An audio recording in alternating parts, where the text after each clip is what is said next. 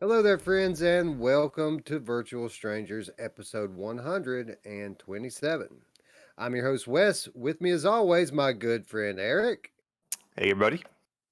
and my good friend Roots. Roots, how are you doing this fine Sunday evening? I'm good now that I'm out of traffic. And it's my biggest stress in life. And people talking about it, I don't know what happened in a year's time, man. I look backwards to the before time, and the traffic was bad, and then there was this good lull for like 6 months where things died down for some reason, and then now it's back in full force because everybody wants to move to Colorado Springs. And I'll tell you what, man, it sucks here. Don't move here. And no more, no moss. Mm. There's no more room. And Weed's expensive, right? and it's getting expensive because why not? Everybody's moving here. Let's jack everybody's prices up. So not a good time New to find a place to live either. York's worse, man. I'd rather live in Well, Colorado than New York. New York sucks, man. that's true. I would rather live in Colorado than New York because New York is just, that old saying, if you can't make it in New York, you can't make it anywhere. Well, I say if you try to make it in New York in 2021, the fuck are you doing? Get out. That would be me anyway. I would be out of there. But You know who else can make it anywhere? My mom. oh yeah, she can. She's bad. Anyway, interesting week for VR to say the least. As we move closer to Oculus Connect, the narrative shifts away from gaming and into hardware. But with that said, we have a bit of a different show today than our normal one. But given the occasion, I think that this has the potential to turn out to be one of our better shows. What do you guys think?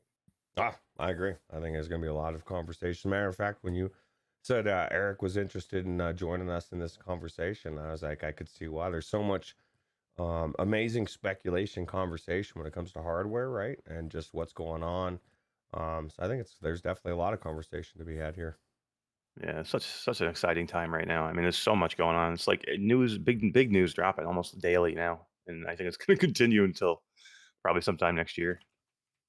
Yeah. Yeah. Well, yeah, that this is typically what we see is around this time of year. It starts to pick up and it literally rolls all the way through January.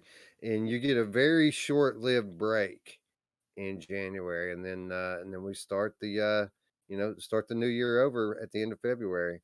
Um, but I mean, there's a lot to happen between now and then, and we're going to look forward to some of that during today's episode. As Root said, we're going to speculate a little bit, but it isn't all going to be speculation. We're also going to be taking a look back at the past year and a look back at the past 5 years as we celebrate landmark uh, dates for a couple of the more significant platforms in consumer VR. So it it promises to be a good time, guys. I'm kind of looking forward to it, to be honest. Absolutely. Mepper wants to know what the next Sony event is out there that they possibly could make an announcement at. Well, we're going to talk a little bit more about this when we get to our featured stories and talk about PlayStation VR. But just real quickly, nothing confirmed.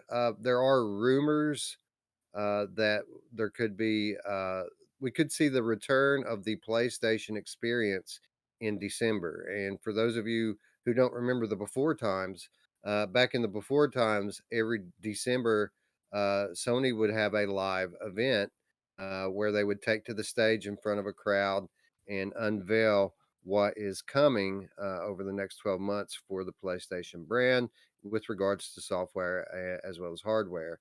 The rumors are right now that after a couple of years off, the PlayStation experience is going to be returning in December, and the centerpiece is going to be PlayStation 5 VR, Ooh. which let's hope the rumors are true, right? Yeah. Yeah. Well, if that happens in December, does that mean Arch. the March releases or rumors are more likely true? I don't. I wouldn't say that. I think that it's a coin toss with regards to March versus October. But I do think that there is some credibility to these December rumors. It would make a lot of sense in a lot of different ways. Yeah, very true. Very true. Yeah, I still think March. I really do. I think March Well, I mean, because I want it to be March, and Yeah, right. that sounds That good to always me. makes me feel better. Yeah. it's funny. Like I wouldn't even entertain that possibility for the longest time. I said holiday 22 from the very beginning of this thing and maintained it uh, until we recently got confirmation of these games that are going to be launching in March that we suspect are going to have some sort of VR support. And that kind of gave me pause to think about it a little bit. And, our friends at Without Parole made a lot of sense with regards to that theory, and they swayed me on it. Although I have to admit, in the weeks since then, it seems like the consensus is moving back to a later launch rather than a Mm. sooner one. So only time will tell. I can't wait, regardless. Yeah, absolutely. Not much time left to wait, right? So, at least till we know, No. anyway. Well, I mean, yeah. Well, I mean, time flies anyway, right? I mean, it's going to be next. It's going to be next holiday before you even know it. Like, Yep. uh, Remember when the before times when time used to take normal time when it didn't fly by? That's what the right, craziest thing right. about lately is just like I turn around and it's already almost November. The hell's happening, Wes? Have we Crazy. officially coined before time? Is that where you're The going? I before like times. Hey, it the wasn't me before that times. coined it. I saw there's all sorts of articles out there. The mainstream is pushing that's the narrative. CNN, I all of like it. actually everything is pushing it. So I'm just gonna go with it. Sounds good. Sounds like something you'd hear out of Stranger Things or something, right? Yeah. So. Right. I like to call it BC, just because it fits. That's right. Before crazy. That's good. BC. Yeah. Yeah, before crazy world, right? Yep. Anyway, as before mentioned, cool conversations coming up, a lot to talk about. I can't wait to get into it. So why don't we go ahead and kick it off the way we always do by saying hello to our friends in chat. Onakazi joining us as his traveling man 3775. PSVR Underground. What's up, AJ? Joining us. He says it was just speculation for discussion. Winky face. They should be at least ready to show stuff soon, but release probably later. Yeah, that's kind of the. I feel like we should all be expecting it later in the year, and if it comes earlier, then that'll be great. We'll be pleasantly surprised. But if we're all expecting it in March, we're kind of setting ourselves up for disappointment. I'll Except be happy. you should set the Sorry. money aside because if Yeah. you expect it to come later and don't have the money set aside, you're gonna be real bummed out when you don't have the money to. I mean, it's gonna be hard enough to get a hold of this thing on day one Yeah. with the money, right? Yeah. Absolutely, Why is it? absolutely. You Why need is to be. AJ got to burst my bubble? I was so looking forward to March. Come on, AJ, help me out. Well, we're all excited about it, and it's not like we're going to have any lack of cool shit to get us through between now and then. So you know, this is going to be such a generational leap for VR. I think we can. If we have to wait another 6 months to get it, I think we'll be all right. Yeah, that's true. And Mash, you just got your PlayStation VR, so you're enjoying it. I just got mine I am. back. I'm enjoying it again. Only thing though, this is another reason why I want it to be in March is like I want to start seeing the unrolling of all this goodness, right? Because if it say it's November, that's a long time.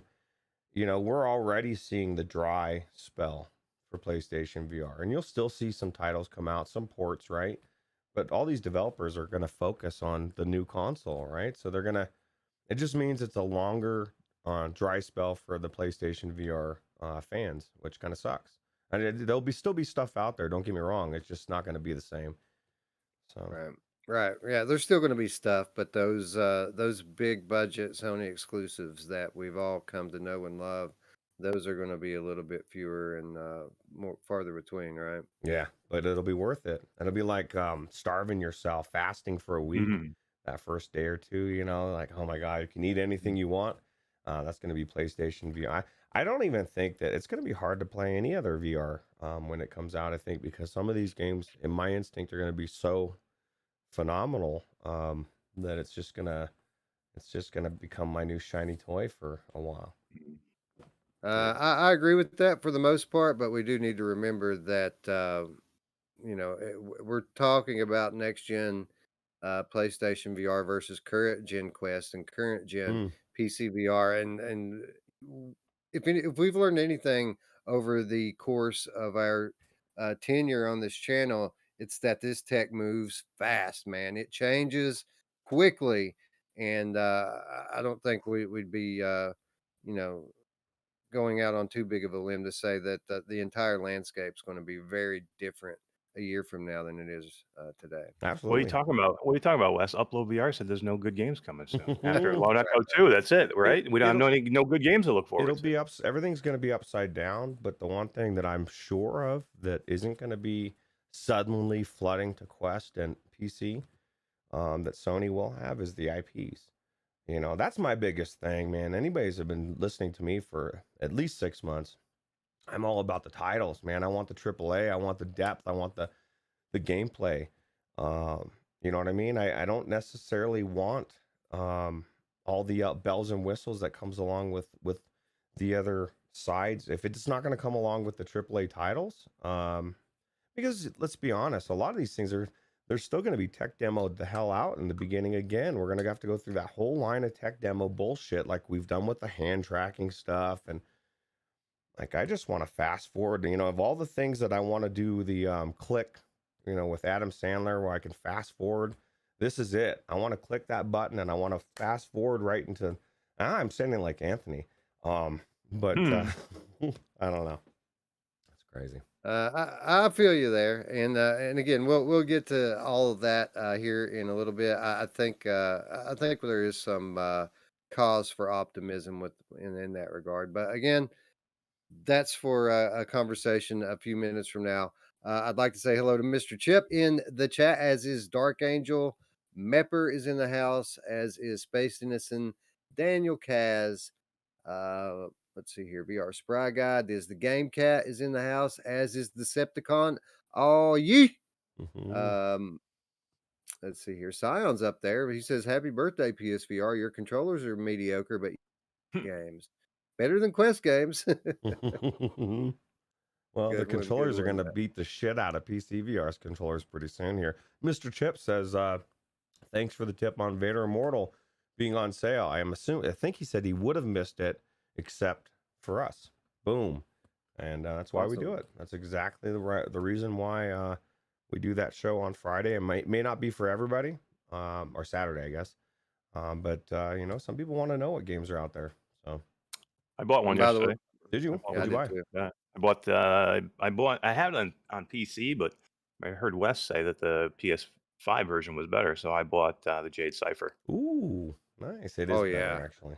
Yeah, I haven't played it, but I've heard. I've talked to others that have played it on Steam, and there are issues there that are not present in the PlayStation build of that game. So, good yeah. call. I got a And text. Brian Paul loves that game, so I mean, I got to play it.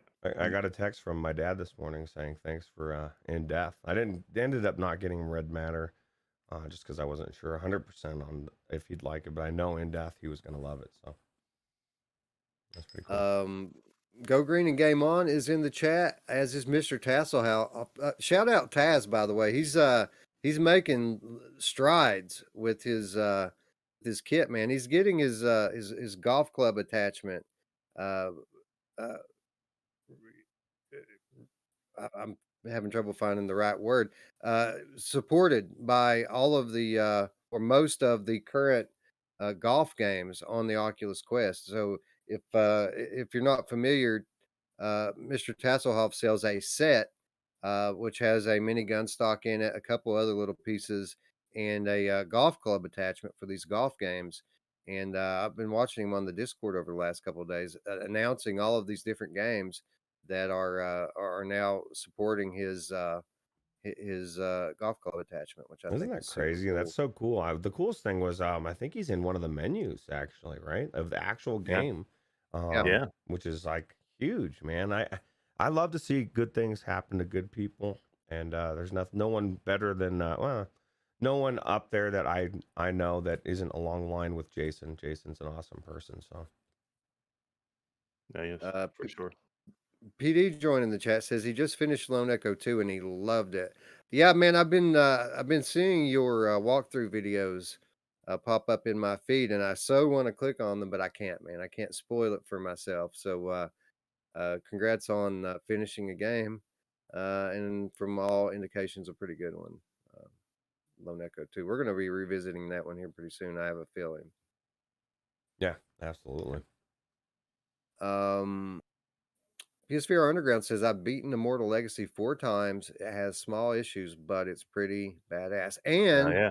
and it has cookie pie. Where else Oh, are you gonna get cookie pie? who doesn't Look, love I question somebody's soul. If you don't like cookie pie, I really, question your soul. she's awesome. She is awesome. Man, the way that story the way the story goes at the end of that game is just so baffling. I love it.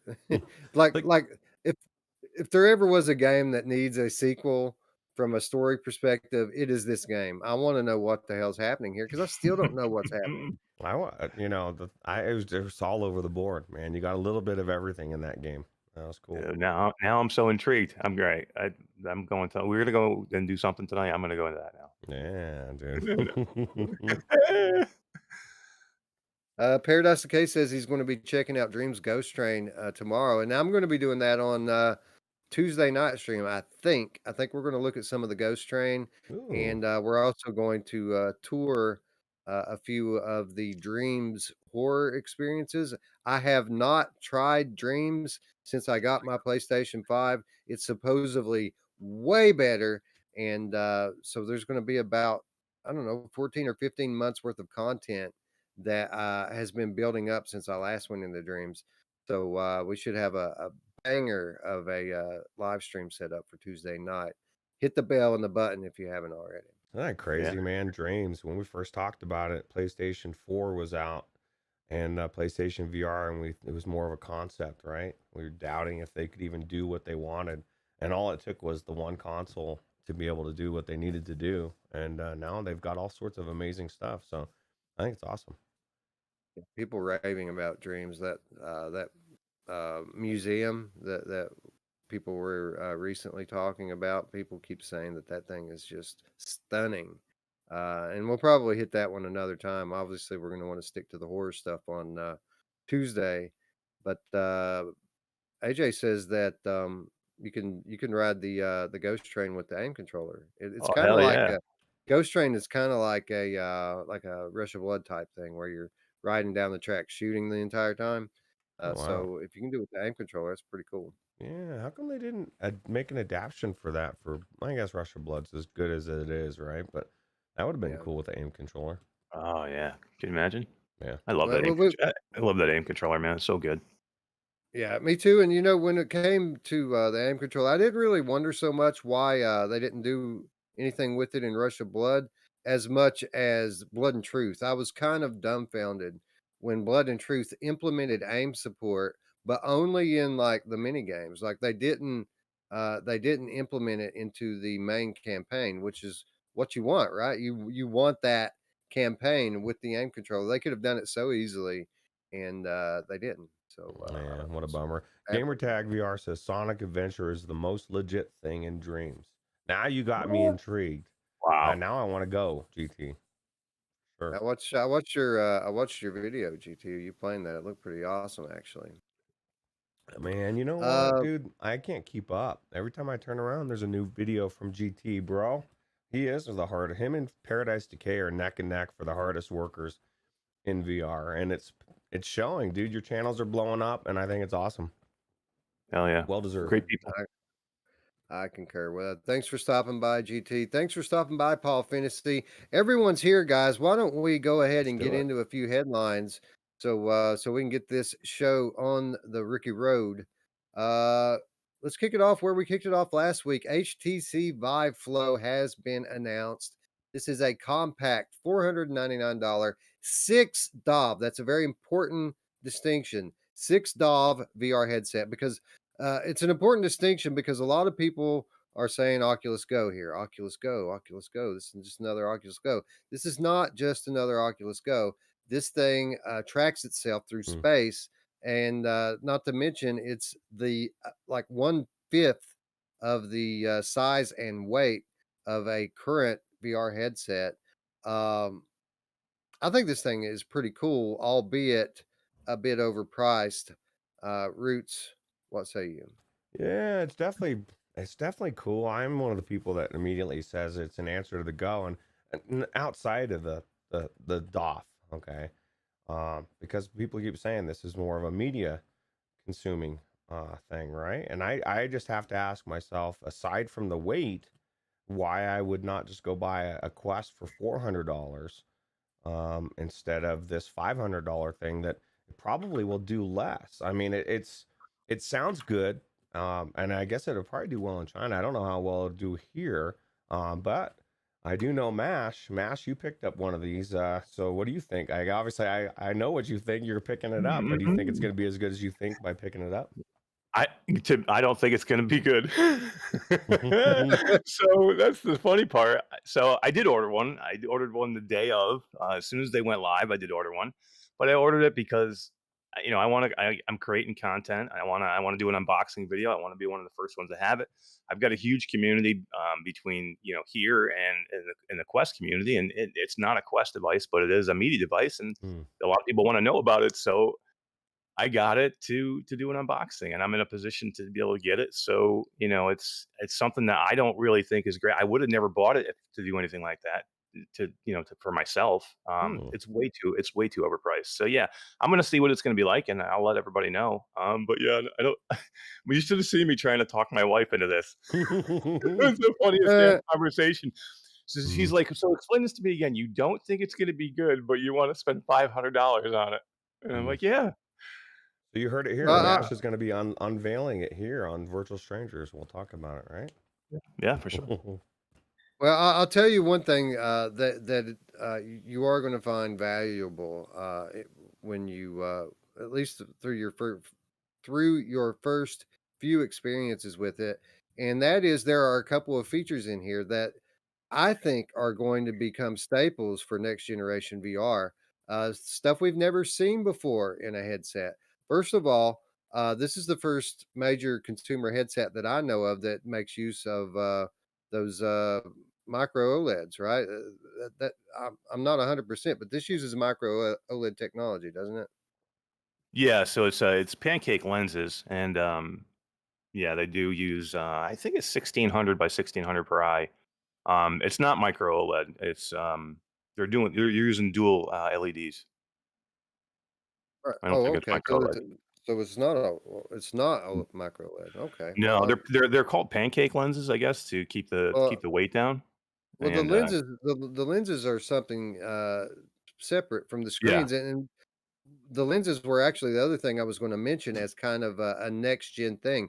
These are pancake lenses, they're not for now, right. and, you can dial these in, if you have, issues with your eyes. So if you have, like, if you have to wear glasses, not needed for these. There are dials right on the lenses that allow you to dial it into your, specific, ailment or whatever that you're having with your eyes. So it completely eliminates, unless your eyes are just completely fucked. These new lenses are going to eliminate the need for contacts or glasses, which I think is really cool and something that we're going to see more of going forward. Mepper says the lenses are something new and good, and Spry Guy says the lens tech is something that he's very interested in. So I guess these lenses are something in and of itself that may be the reason right there, Mash, of why it was Mm, worth picking it up just to see. Because Scion has a good point. It'd be great for watching movies and TV. My prediction, if you don't end up selling this thing, mhm. this might be Mama Cool's, and she might be Yeah, like loving the fact that she lets you talk her into this, because she ends up watching Netflix on this thing, and just gets to yeah, chill, because that would be the one thing you're eliminating the heat of the headset on your face, and you're eliminating the weight as well. yeah. So I guess that could be pretty good for that, for Yeah, so it's 189 grams. So comparatively, the Quest 2 is 500 grams. So it's quite a bit less in weight, and even so much that there's no head strap. It's just like, and there's no back strap. So it's Mhm. basically just arms, like a set of glasses, I think it's and they gonna be just the kind of fit heat. to your face. The heat's gonna be the biggest thing that's gonna be a They difference, man. Because they for do, me, yeah, even, it's so hot, dude. it is, and they do have a built-in fan actually built into the top of the headset, right above the lenses. That actually will, it does two things. It draws heat away from the unit and dissipates it, and it blows cool air on down into your face. So we'll see. It's going to be a nice thing to have for someone like you who travels a lot. This thing is super compact and easy to carry. And there are going to be some games. It is going to be basically a media viewer, but Yeah. there are going to be some limited games that you're going to be able to play on it. And I don't know. It's just cool tech to have. You know, the big sticking point here, $500, way too much for this thing. It's going to be like most Vive products. It's going to be the one thing that keeps it from being successful because if they were to price this thing correctly, even if it were just like a little bit overpriced, like 300, 350, I think people would be willing to pay that for it. But when you put it at $500, I mean, it's so much more expensive than an Oculus Quest 2. I don't see masses of people buying this thing, at least in the Western markets. It's for enterprise, though, Wes. Oh, Yeah. right. Well, let me ask you this, like, and this is something we talked about just briefly right before the show. There's no controllers either for this thing, so like, that's one less thing they had to spend, because like if I want to go buy new Quest controllers, it's what, 150 bucks for a set? I don't know, whatever it is, ridiculous price because they're not cheap. So HTC's Flow, no controllers, so that cost is cut, but it's more expensive than the Quest. Why? Like, I guarantee they could sell this thing cheaper. And I think your point is right, Wes. Like, you're pricing it in a price point that just doesn't. It makes it almost pointless to get it. For most people, you're gonna the mindset, your thought process is you're gonna think about it for a second, and then you're gonna think, well, shit, for $100 less, I get a headset that does everything, every game, and it's a PCVR headset, not just some. Unless you're looking for a specific case use or watching TV. I just think this is just all the way around very bizarre, and it's par for the course for HTC. Right, and Go Green, and Game On says all the VR companies are coming out of the woods for battle this month. It seems, and that's true. And it's interesting because normally we see HTC taking a reactionary stance with regards to what Facebook's doing. But I found it interesting this week after we uh, got the news of Vive Flow. Uh, this leads us into our next headline. We saw Facebook execs tease next generation headset prototypes following the Vive Flow leak. So we had Vive Flow come out and show off their cool looking glasses, their cool looking VR glasses, and then we had Facebook reacting to them showing off something very similar. But that's not all they showed, right? They had Zuck showing off what they described as a Retina resolution headset, and there was even another prototype as in addition to these two that they showed off. So Facebook not willing to let any of the headlines get away from them, showing off their new toys as well. Even though I don't think any of us actually expect these to be products anytime soon.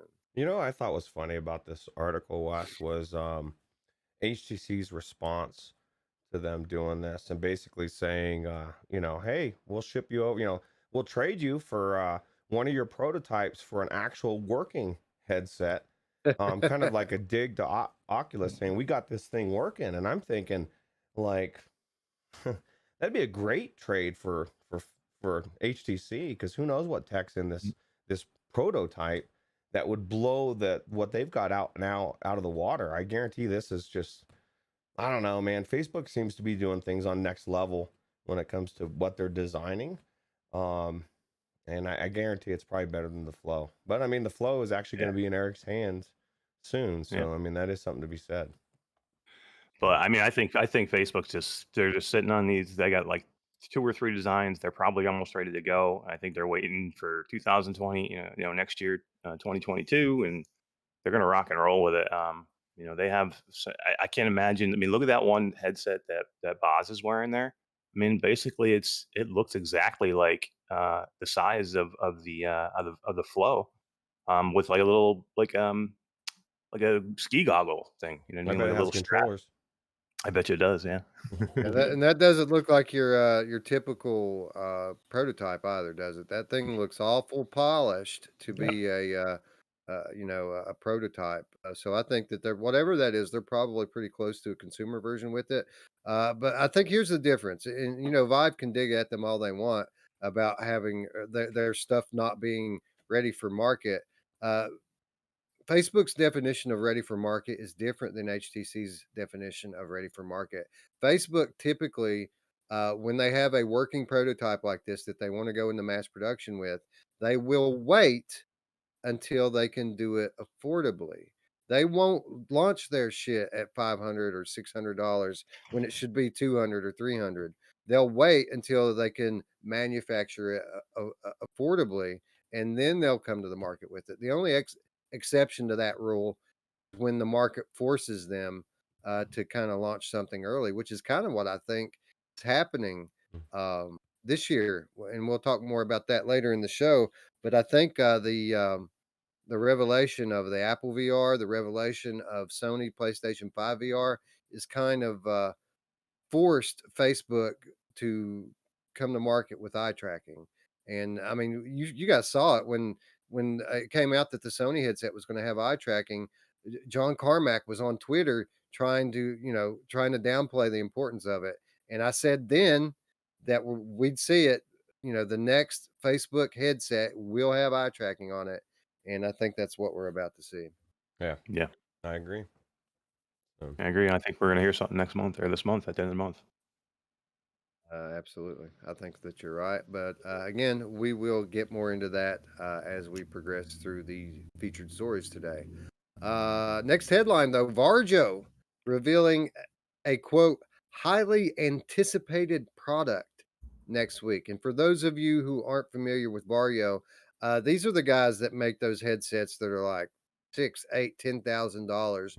Retina resolution, eye tracking's been a staple on these things for a long time.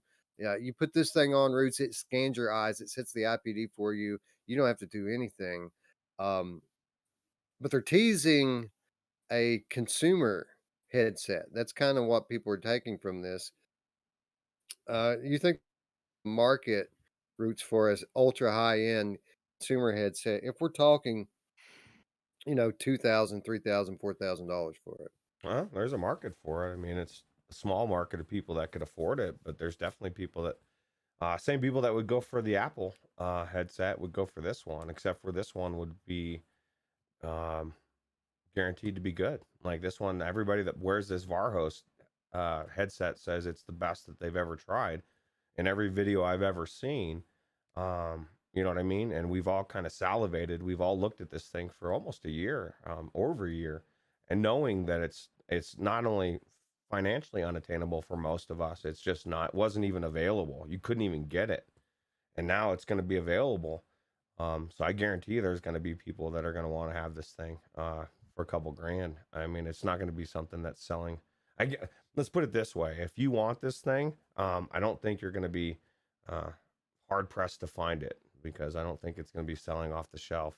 I'd love to get it. I just don't know that I have a hardware to run it, and B, I don't have a couple $1,000s to throw into a headset, especially with the supply chains collapsing right before my eyes. Yeah. I mean, if they could keep this thing at $1,000 or $1,500, there would be a bit of a market for it. Oh yeah. Because I mean, then you're not looking more than too much more than an index. But if they go over 1,500, who's buying that? Like Root says, to have this to run this, you're going to need at least a 30 series card to run this thing. Maybe even a 3090. You know what I mean? So who's got that right now? There's not many. I mean, the market's so small that even have that or can get it if they did want to get it. So there's still people looking for cards who can't find them. So yeah, they're gonna have a uphill battle with this one. But I'm curious to see what it looks like. Unless they figured out a way to do it on a different level, which technology is advancing in such ways that maybe they blow us away, and they do come out with this headset that is $1,200, just like the Index or something that, people are like, fuck, man, I was going to get the Index 2, but now I'm getting Varho. This could be Mm. a potential competitor for Index 2, right? If they can keep the price down, again, that's a big if with these guys, though. Yeah. They tend to want to push the line of what the hardware is capable of, and that's an expensive game to play. Yeah, well, Onukazu has it exactly right. He says if you have to ask the cost, you can't afford it. That pretty much Yep. sums up Varho VR for me. Mhm. That's the bottom line. And mildly interested in where Vario is going, but really, to be honest, I'm a little bit more interested in our next headline.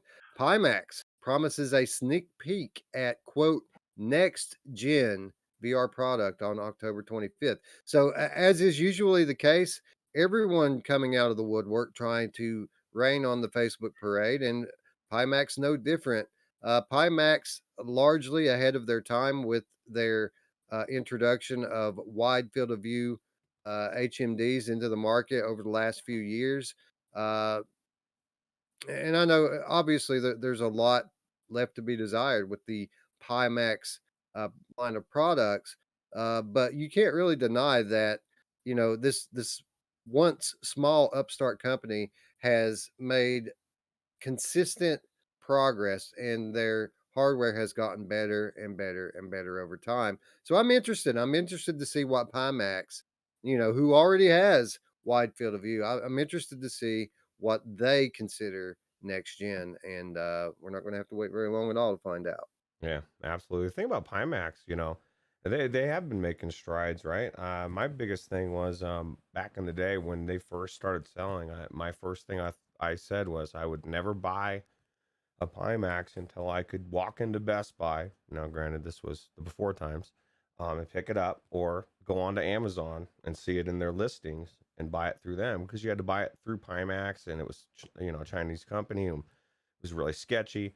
But now I have seen it on Amazon. You can buy it through them, and that gives you a return, a way to return it a lot easier, right? For us here in the States. So I definitely think that it would be something that, from that standpoint, they at least would intrigue me. Everybody that's ever had Pimax to me has always said that it was cool, but it was never revolutionary in the way that they always thought it was going to be, right? It was all about that FOV. But what we found as we went forward is all these other bells and whistles were also important. And so hopefully what Wes is saying, maybe they start to have some other things they're focusing on besides the FOV to kind of entice people like myself that have kind of written off Pimax, because FOV has not been my biggest draw anymore, you know.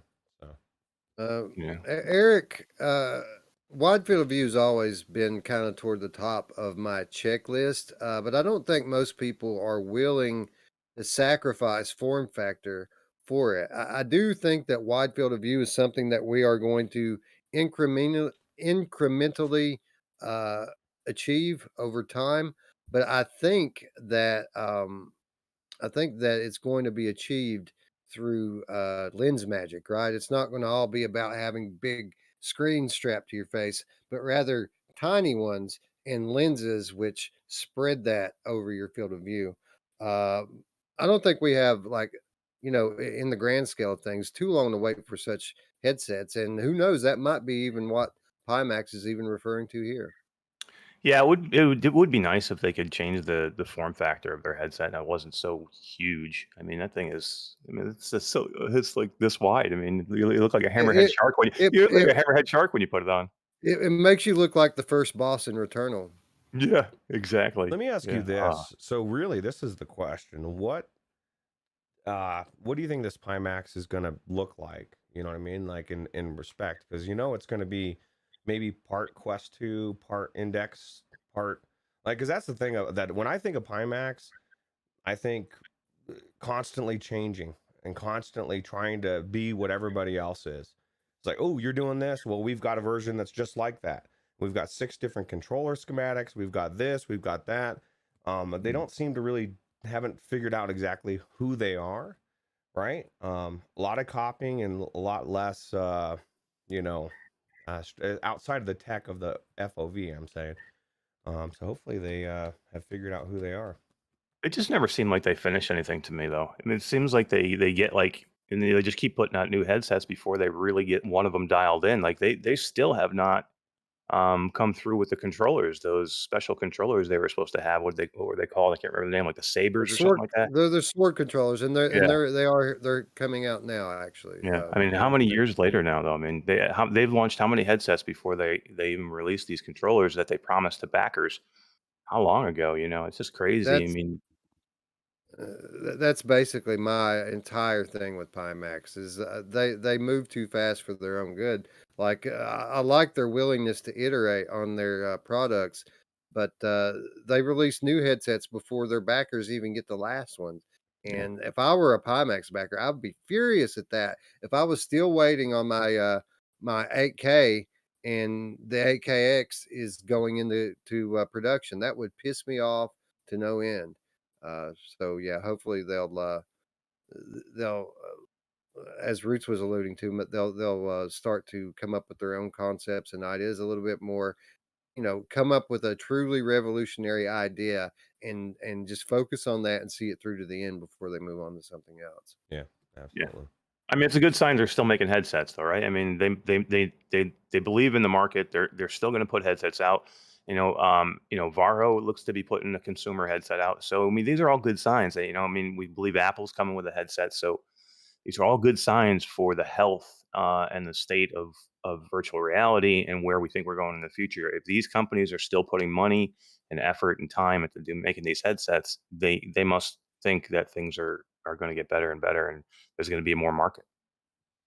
Your reverb is junk, by the way, Wes. According to Technoglitch, he says anything wired equals junk, including the PlayStation 5 VR, which I heard is rumored to be garbage soon. Hot dumpster fire. It's all trash. I just reach for it every time just because I'm trying to, I'm in denial, right? Right. Yeah. Anyway, everyone seems to be throwing their hat into the VR news ring this month, and Microsoft, not to be left out, showing off an adaptive shape VR controller prototype. Roots, this thing changes shape with whatever it is that you're grabbing in the metaverse. This I think looks cool. I really can't think of a really good use case for it though, with regards to gaming. I mean, the any game they make for this is just going to be a tech demo, right? Yeah. Yeah. Well, if you want to grab an orange, maybe, or it'll be as useful as the Knuckles controller squeezing a can. You know what I mean? Seems cool, super cool. Not worth buying for that reason, especially when you get the drift of Valve, the joysticks anyway. But yeah, no, I mean it's kind of cool. It's the concept's cool. I think it'd be cool if you had something in your hand that I guess did this that was not necessarily the controller, but I don't know. I don't know what it would do. Like this is a very weird technology, but it's definitely interesting. You know who else is going to love this controller, Roots? My Well, D-Rail mom! just said he bought something like this from Adam and Eve, and I think so did. My Yeah, mom! she did. D-Real, did you have to squeeze your balls into it? I'd be curious to know. That was the weirdest thing. I actually went and I didn't link it in the Discord, but it's a Kickstarter. You can actually support that product if you want because this is 2021, and who doesn't want to do that, right? My God. Anyway, Eric, am I just suffering from a lack of foresight here? Is there any like good use for something like this with regards to VR gaming? I mean, what is Microsoft doing? It's like I don't understand. I mean, why don't they either get into VR or don't? Why are you gonna make some kind of weird controller that did you see this thing? It looks so strange. I Hmm. mean, if it's great, I hope it's something fantastic. But I just don't understand Microsoft. Why wouldn't they just get into the VR market? I mean, they're missing on such a big market that's getting bigger and it's going to grow. And PlayStation's all in on it. And if you had any thought for VR, why would you pick Xbox now if you know you're never going to be able to get it? And then they come out and they're trying to do these adaptive shape controllers for. I mean, unless this is a sign that maybe they are going to do a headset, and Hmm. they want to, they're showing their controllers because PlayStation showed their controllers first before Yeah. they showed their headset. So maybe that's a thought. Maybe they're going to show this, and then maybe, which would be me, it would be amazing. It would freak me out. I mean, I would love it, but I just don't know if that's going to happen. Here's the thing, we already know that we have VR gloves that basically do what this thing does. Like we have gloves that will use resistance and pressure points in your hand to make it feel like you're actually holding things in VR.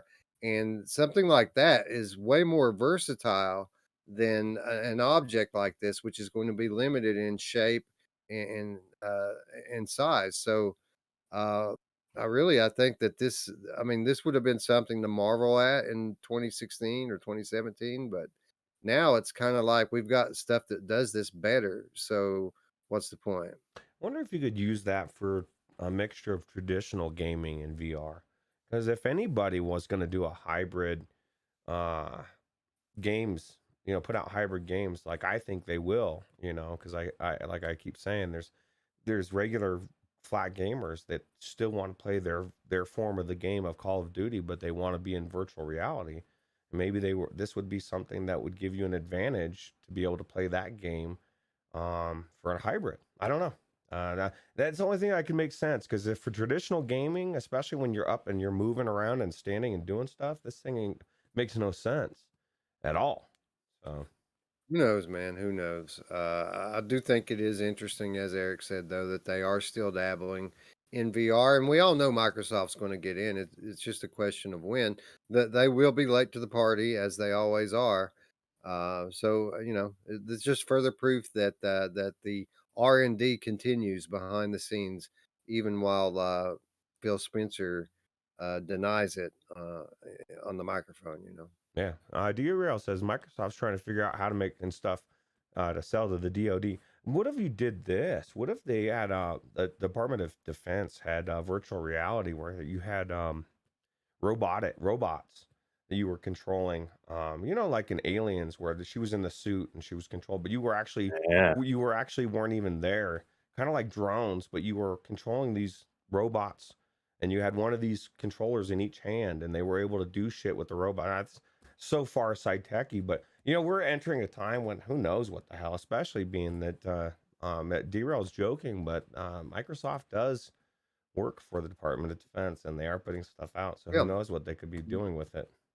yeah, Yeah. they got a big contract with the HoloLens, Yeah. actually. Yeah. Yep. So I think Zayla Maru hit it on the head too. They like Microsoft wants everybody else to take all the risks and figure all this shit out for them, and then they'll once everything's established, they'll come in and they'll launch a headset and try to be heroes. yeah, true. Good Yeah, luck to them with that. No, I Aspire agree. One, Zayla Maru, you nailed it. That's exactly what it is, right? You're controlling these robots robotically, and Yeah. you die. They die. You just get a new shell and keep on moving. I think that's about enough of the hardware talk for the week. Let's move along into some gaming news. How about this headline? Servios's Creed Rise to Glory has sold over 1 million copies. Eric, how much does this game cost again? Isn't this a $25 or $30 game, right? Yeah, I think it's 20, is it 29.99, I think, maybe. 1 million copies. Do the math. That is a lot of money for him. Hell yeah. I mean, to me, this is one of their best titles, right? I mean, Servios really they came out of the box strong, and they've kind of like gone on a little bit of a stray, I think, lately. But think about some of their early titles. I mean, Westworld Awakening, I think that was an amazing game, and Yeah, you got to and this one here was real good.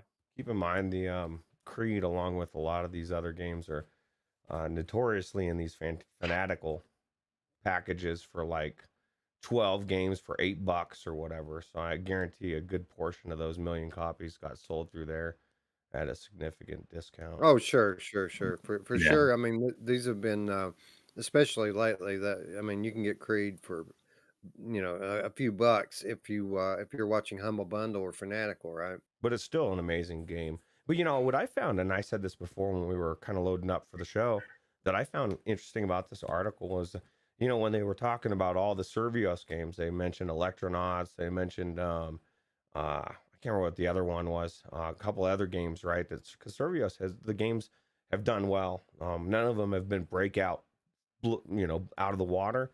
But they didn't mention Onslaught, and it's just crazy to me because that's such a big IP for Walking Dead, and it just shows you that you doesn't matter if the IP is big or not, you can still mess it up, right? Like we went through that our whole childhood with every TV game ever made or movie, you know, game made based on a movie that was just shit.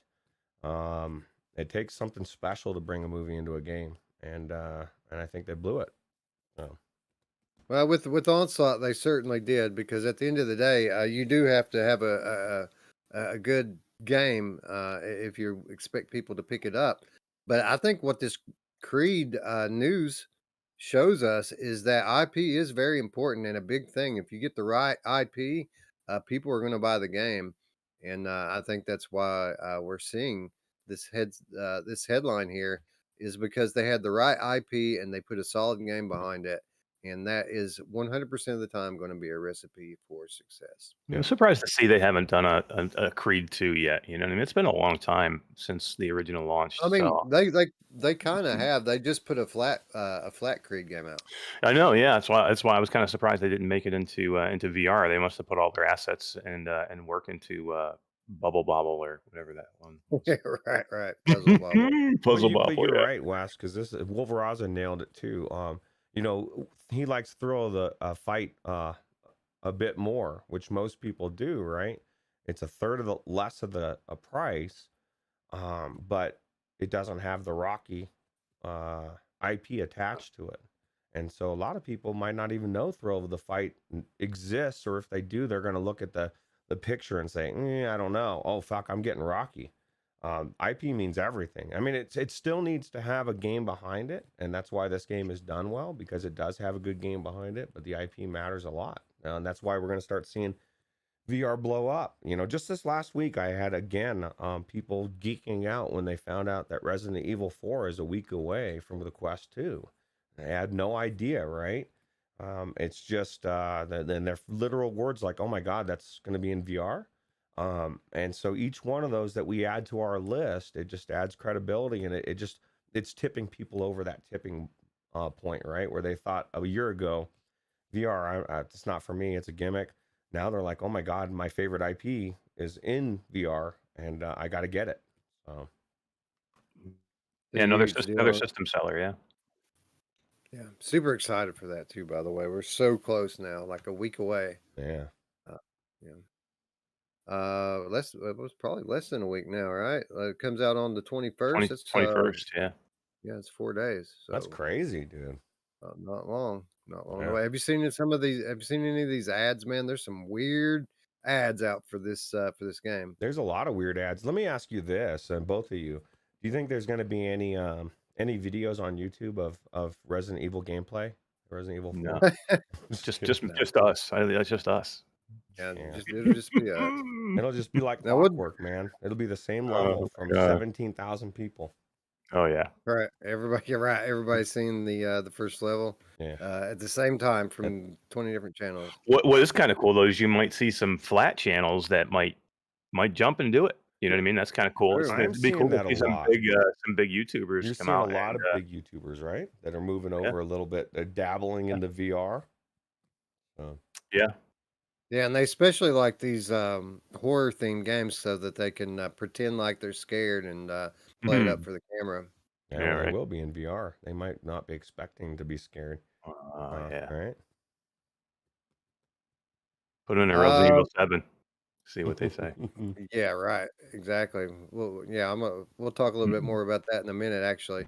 Yeah. Um, but right now, headline: V Racer Hoverbike finally gets its mega update. This is one of the backlog titles for me. Excuse me, a game I have never played, but from reading these patch notes, I mean, this is going to be like a whole new friggin' game. They have overhauled this thing in a major way, uh, and it's almost like a whole new release for V Racer Hoverbike. I know we have a few people in our community that are really excited for this one. Yeah, I'll tell you what, I bought this way back when Alex was on the show, I think, because I remember talking a little bit about it. That's how long it's been in early access, right? And so I played it back then. I thought it was worth playing back then. So with all the things they've changed, and people in the, like you said, in the Discord have been really, really excited about this and really geeking and saying how cool it is. So I Yeah. definitely need to get in there and check it out. Yeah, this is one I never tried. I got to check it out. I have access to it now, so I'm gonna go check it out for sure. You guys know I'm a sucker for Bloom Effect too, and apparently they're leaning heavily into this. I mean, it's called the Neon Update. I mean, come on, bro. It's got like a Tron look to it too, doesn't it? Almost with this update. I was just It about to sure does. say, how cool would it be? I want to like to be on Tron cycles racing against other people because I've done Yeah. it in GTA 5 online, and that's cool enough. But I could imagine it being in or first person, and then and just being in actual Tron cycles racing. I think they could make an amazing Tron game. You know what I mean? Even if they just kind of did the same shit that they did in the original arcade game, but brought it into VR, I think it would be a really good game. Yeah. PD says that V Racer was great, and he also says that you're only going to see one channel playing RE4 in 4K and in a haunted cellar. So that is true. PD Yeah. goes above and beyond to Dude, I let love when he does that shit, man. What was the game, the horror game that he did out Blair in the woods? Witch. Blair Witch. That was so cool, man. PD, you're the man. You Yeah. are. Yeah. I'll tell you what. There is only one person that's going to be doing that. That's not going to be me. I don't know any haunted houses. Yeah, I'm not doing that. maybe soon we will see PD on a Viking ship as Viking game RagnaRock hits Oculus Quest store next week. So this one, the latest success story from App Lab. So this game, actually a very popular game on PC, released onto App Lab recently, and apparently uh, Oculus actually took a look at this one and realized that they actually have a good game here, and it's finally getting its Hmm. wings, Roots, and releasing on the big store. That's a story for me when I read this article because I want to know why. I'd love to talk to these devs and say, what did you do different? Like, did you send them a bouquet of flowers, some candy or something? Like there's something going on, man, because how do you get released into the App Lab store and then so soon get moved up to the store when other people don't know why they're not? There's we say this every time, but there's something more going on behind the scenes. Like clearly, if you're not on the list, like that's how I imagine it. Facebook is standing at the door and they've got a list and they're like, nah, this is the 52 club 52, bro. You're not good looking enough, game. You need to get out. And then they like, they go to the App Lab store and they slum it down there. It's just weird, very bizarre. Yeah, I did an interview with the developers from Arcaxer, and I brought it up in the interview, and they were pretty candid about it. There is no roadmap when you get it launched into App Lab. There's no roadmap, or they don't tell you anything of how you get out of App Lab. So it's not like you can even you can do anything, or you can they don't give you anything, no communication on these are the things you need to do to move yourself up into the Quest store. You're just stuck there basically, and you can keep asking, but there's nothing that that you can do or say. They're going to move you when they want to move you, and I don't see any rhyme or reason into why they do these things. This thing probably should have never even been in App Lab at all. Right. Should have went right to the store, but you don't see many move. I mean, Warplanes did it, right? They were in the App Lab store, and then they went into the into the Quest store, but there's not many. I'm trying to think of any more besides that one. There's probably a couple more, but it doesn't happen Yeah, very often. yeah, and I've talked to some very notable studios myself, and they echoed the same sentiment. There's no guidance whatsoever. Just a bunch of referral, tech support type stuff with referring you to documents which you already have read. Hmm. Uh, so, I mean, yeah, it's a little bit baffling. Yeah, I just can't imagine how frustrating it's got to be from a developer standpoint because you want to be on the main store. Let's be honest, like you want and this is weird. I feel antiquated saying this, but you want your game to come up when these people search it. You know, that's weird. It's Yeah. weird to think that you want people to find your game, right? That alone is one reason why being on App Lab is better than not having anything at all. It's like being starving and someone throws you a piece of bread and you're like, oh, well, this is better than nothing. And Yeah. you'd still rather have a fucking sandwich. You know what I mean? Like it's just crazy to me. I know this. Don't put a goddamn colon in your title because nobody will ever find your game. Because unless you actually put the freaking colon in there, you can't find the game. Yeah, I guarantee that was never spoken. They never said, hey, we better not put this colon in here because they Yeah, won't be able to find our game. Yeah. it's crazy. Yeah, you got to put your colon in there. And speaking of which, you know who likes to put things into their colon? My mom. Yeah, she Maybe does. maybe that Microsoft controller. Yeah, that's a good point. That's a good point. It's very possible. Moving along. Headline: Green Hell VR Steam page listing has now surfaced. So, big props, by the way, to the marketing team behind Green Hell as they have given weekly updates on Green Hell VR. This game not due until the early part of next year, but absolutely beautiful looking screenshots shared on a weekly basis from their team. And notably, this isn't the original Green Hell team that's making Green Hell VR. Hmm. Incuvo is making Green Hell VR. For reference, Incuvo is the team that Bloober Team hires to bring their games into VR. So Incuvo made Blair Witch, Incuvo made Layers of Fear, and now Incuvo making Green Hell VR. Mm. And we're finally going to be able to wishlist it as of today. Well, that's good news. That means, this our game already looked amazing, right? For survival people. I mean, you're looking at it next to the survival game, which of course is indie that we just released, and I saw the tiger in this trailer coming at you. I'm like, oh, holy shit! If it plays better than the Forest VR, it looks phenomenal. Because that was my only problem with Forest VR is it was a little janky, but it was very elaborate. You know, so this game is just going to have so much depth to it. So that's kind of cool.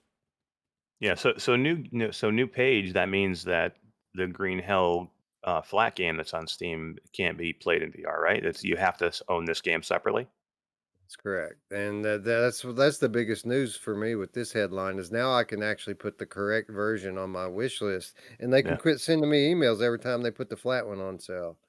Tech wants to know Yeah. if it is co-op or multiplayer. It is, I believe it's multiplayer up to what, 4 people?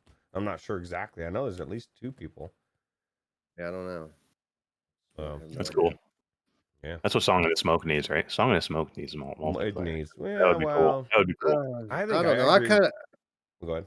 Yeah, I'm sorry. I kind of see the point of view that that's a singular experience, and I'm not sure that having someone in there wouldn't just completely destroy the vibe of the Yeah. solitude of being in nature with that one. Yeah.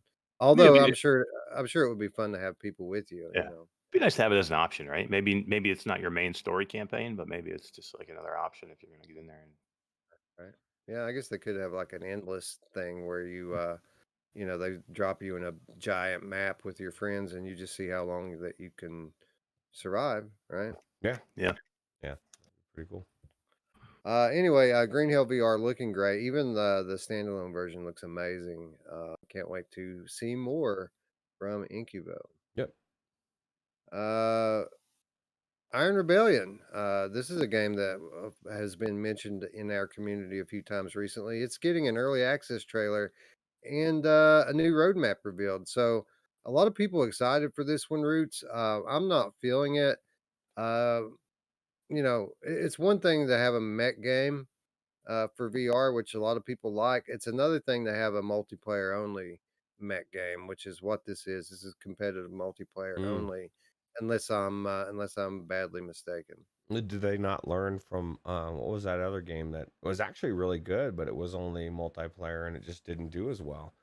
You know, it needs to Yeah, have something, some way for you to go in there and play without people. At least now, you know, I don't know. I haven't played it. I know some people. I thought there was people in the community, or maybe it was in the Oculus Quest 2 community that's played it, but I can't remember. Is that true, Eric? So yeah, so we're I've actually am in the testing for both these games. So I have played Iron Rebellion and I have played the other game you're talking about, which is called Rolomech. So both really good games, different games. Um, but yeah, they're both really, really good. But you're right, they're both multiplayer. I've expressed to the developers that they need to have a campaign. Put multiplayer in, that's fine, but you need to have a campaign or something. You just need more meat to the game. They're both super fun. I actually suggested that they should get together and make these two games into one game because I like some of the things from each one. So I can't say too much more about them, but I like a lot of things from both the games, and I wish they would just like get together and have a baby and make an ultimate mech game. Yeah. Our technical glitch says Vox wasn't bad. And Vox There Mac, we go. and I agree. I liked it. It's just the fact that it was it's just anything that's right now, even in flat games, man, there's very few flat games that come out that are multiplayer only. If you look at it, there's some big IPs that do really well, but most of them have both for a reason.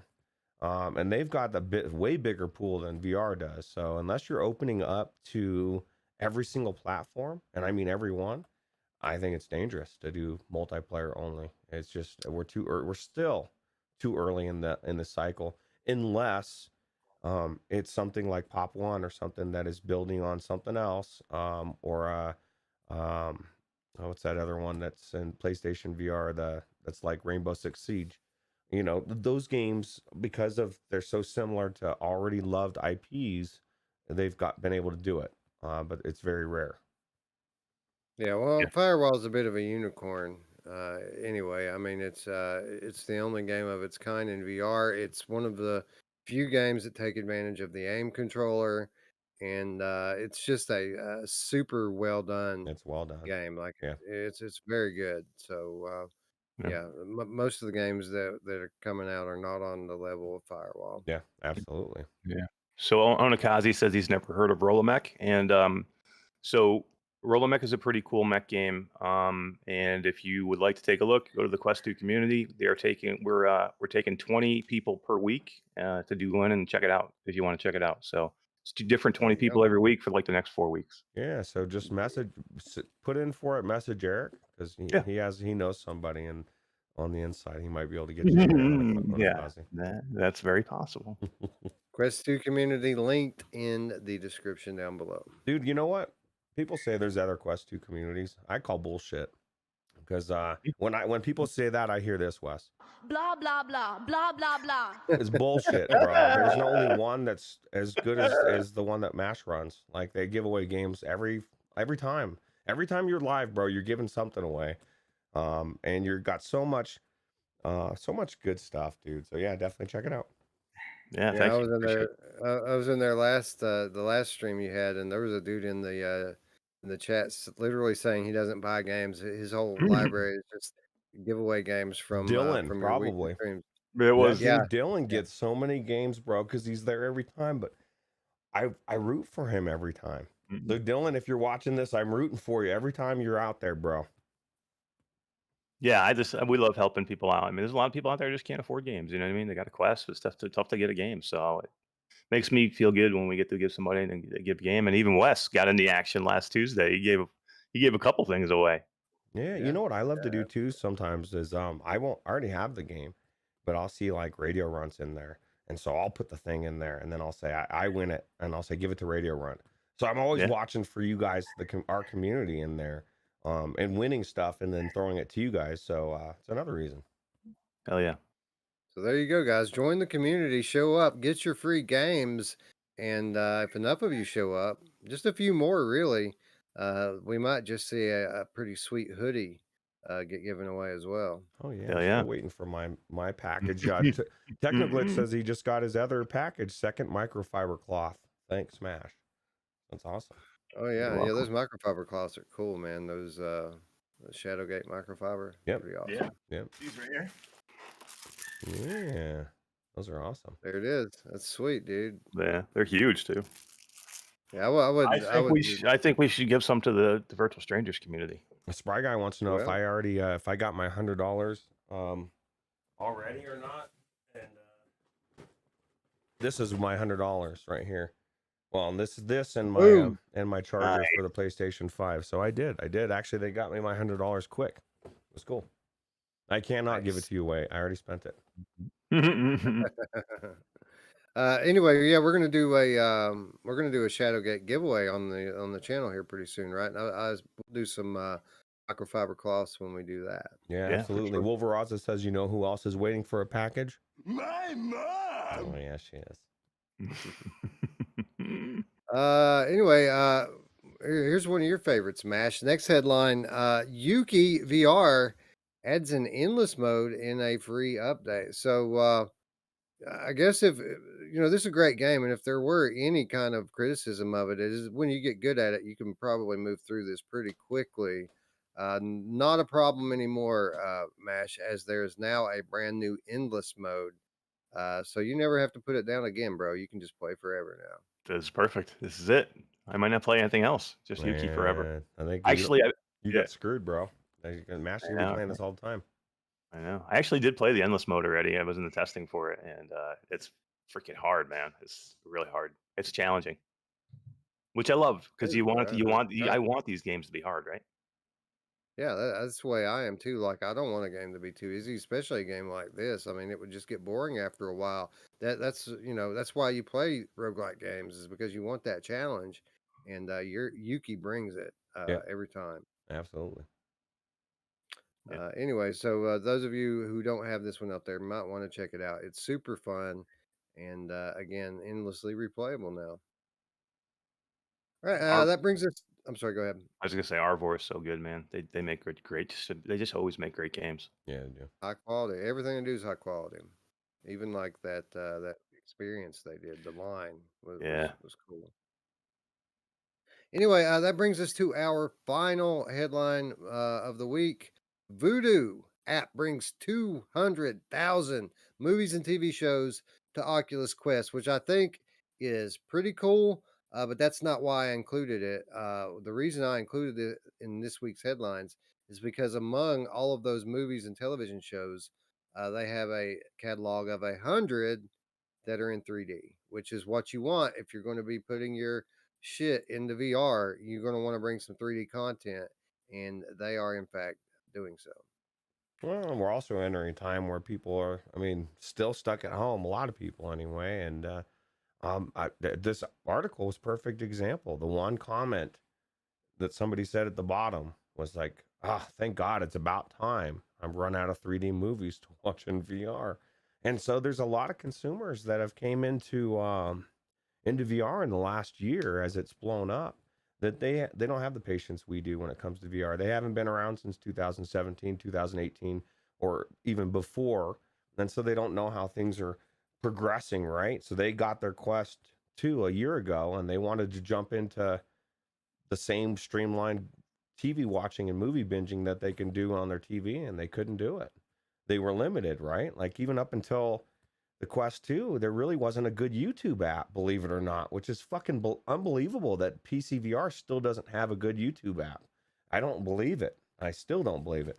That's So kind of weird. it's a bit weird, but this is huge because this is 2021. This is what people do when they're not in VR, or they're watching TV, they're watching Netflix, they're watching movies, and now they can do it in VR with one click of an app inside their and they've whether it's VR or not, 200,000 movies to watch and TV shows. That's a lot of Yeah. choices, right?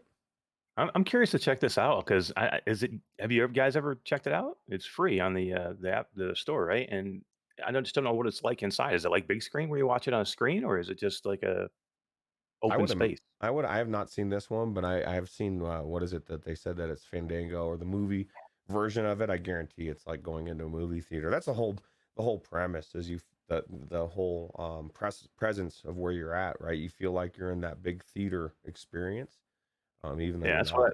that's what I love about big screen. You can go anywhere. You can have a big campfire and watch it like in front of like you're outside. It's So kind do of you cool. think this is a big competition for big screen? Do you think big screen sees this and is like, ooh, shit, man? Because big screen has had kind of the niche, right? They've been the only one, and I feel like they've kind of been lazy with it, right? Well, the one thing that big screen has that Voodoo does not have, and I think that they should add, is the ability to go in it with friends, and I Right. think that's a huge feature that big screen has that Voodoo doesn't. And that was really my first thing when I thought about this. Is like, awesome. There's 100 3D movies I can watch here. Oh wait, I have to watch them alone. Right. That's Mm. the biggest thing because you want to, especially now when people, it may not even be going outside your house and your parents are on the other side of the planet. You know what I mean? And you just want to watch a movie together. Big screen is such an amazing way to feel like you're in the same space doing something that you did every Friday growing up or whatever, right? And now you can do it together as a family. I agree. I think that's one thing they need to add. Is there any talk about that, or is that something that's even discussed yet, or do you know?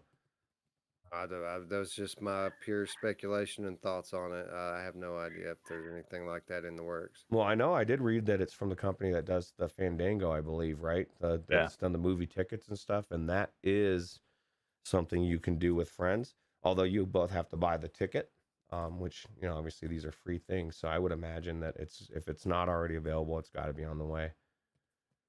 Yeah. Traveling Man says it is a flat screen. It's not a virtual theater, but you can have the 3D movies play in 3D as if you are at a theater. So That's awesome. Hopefully it comes for the flow. I can use my new headset there. Space Dennison says he wants new movies in big screen, and that's the big thing too. We all, that would be nice, and it's got to happen, right? Nobody's going to the movies anymore. Not like they used to.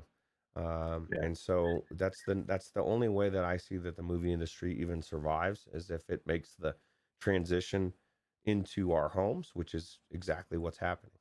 Yeah. And so I would be surprised if that doesn't happen. Yeah. Technoglitch said he's got an 80-inch TV. He's not really going to watch a movie in the Quest 2. And what I would say is, have you ever tried a 3D movie in VR? Because it's different. I don't know if I would watch a regular movie, but 3D in VR is pretty amazing. It's not what you think it is. It's way better than any 3D you could see in a movie theater. Oh, and you just made the point for the flow Technoglitch. Maybe not for that particular piece of hardware, but maybe you would say if you had the flow and you'd say, well, you know what, it's so light and it's not hot. I might as well. It's way better than you watching on my 80-inch TV. You know what I mean? So Yeah. that's me. I'm all about the 3D. It's the one thing I liked about big screen is that you can take in 3D movies with friends. It's just their catalog is so limited. Like they need some newer movies in there. well, we're entering a technological time too. Like it kind of, if the movie wasn't filmed for 3D, it's kind of a gimmick. You know what I mean? Like when you watch a movie that was filmed for 3D with it in mind, you can tell a difference. I mean, it's just night and day. But we're starting to get to the point where technologically, it's that may not be a difference, and you might not need to be filmed that way, right? But I don't know if you've watched some of these movies on big screen that they say are 3D, but they're like an old school 1984 Top Gun or something. And you're like, no, dude. Like, Right. I mean, it's okay, but it's not the same. Right. Anyway, that's going to wrap up this week's headlines. I'm sure that the headlines are going to continue to get more interesting as we move closer and closer to the end of the month. But let's move on. Let's get into this week's featured stories, and let's kick it off with a party. It's PSVR's birthday. This past Wednesday marked the 5th anniversary of the launch of the PlayStation VR. Sony is marking the occasion by discussing the significance of the platform with many of the developers who are responsible for making it what it has become today. You can check out this on the PlayStation blog. Also, Sony plans to offer up 3 PlayStation VR titles to PS Plus members during the month of November. The titles have yet to be revealed, but we should learn more in the coming weeks. PSVR was Oculus Quest before Quest was even a thought in the minds of consumers, as it made real VR affordable for common consumers at a time when PC VR rigs cost literally thousands of dollars to put together, and desperate consumers were strapping cell phones to their faces. PSVR also set the bar with regards to software, featuring a highly curated library of titles at a time when small indie tech demos dominated the landscape.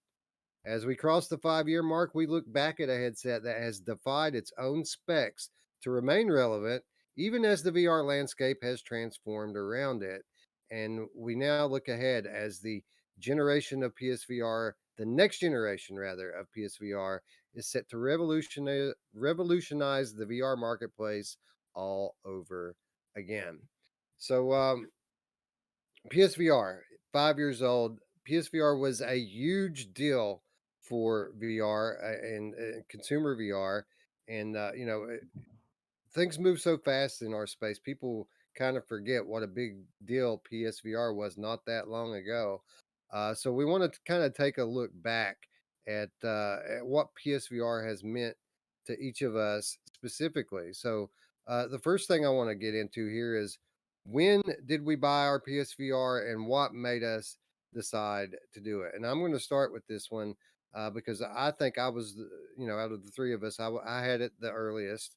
In fact, PSVR was my very first VR experience, and I cannot overstate just how significant this experience was to my life, because this came at a time for me, where I was kind of on the rebound from a very dark period in my life. And while I was doing pretty well when I first got my PlayStation VR. It was a time for me where I really didn't have much of an interest in anything. Like there was really nothing in entertainment that I was really interested in. I wasn't into sports anymore. Music, all the stuff that I was in as a young man was just kind of boring to me at the time. Furthermore, I had no friends. I mean, I had friends, people I could call and would do anything for me if I asked, but nobody I really hung out with, nobody I really spoke to at the time. And when PSVR came along, uh, I was so amazed by it that I mean, it started a chain reaction that has led me to where I'm at today, in front of a microphone, talking to you guys about the tech that I love. I mean, I've got hundreds of friends now that I talk to on a regular basis, and not only do I have something now that I'm interested in, I have something that I'm obsessed with and that I think about constantly, all day, every day. Um, VR has very literally and fundamentally changed my life. And I think the one event that I can trace it all back to was that first experience in PlayStation VR. Roots, when did you get into PSVR, and what was it that kind of drove you into it? Well, it was not my first headset. Obviously, the CV1 was mine. It was the podcast. We got into the podcast. We started talking about all these games, and there was all these amazing games Wes was raving about, right? Astrobot, Resident Evil 7, whatever it was, Rush of Blood, all these different games I wanted to talk about and wanted to experience, and really just was it was just the fact that there was amazing games out there that I didn't have access to. It bothers you, right? Especially when you're a collector. I used to be a collector. I don't collect as much as I collect good games now, not every game.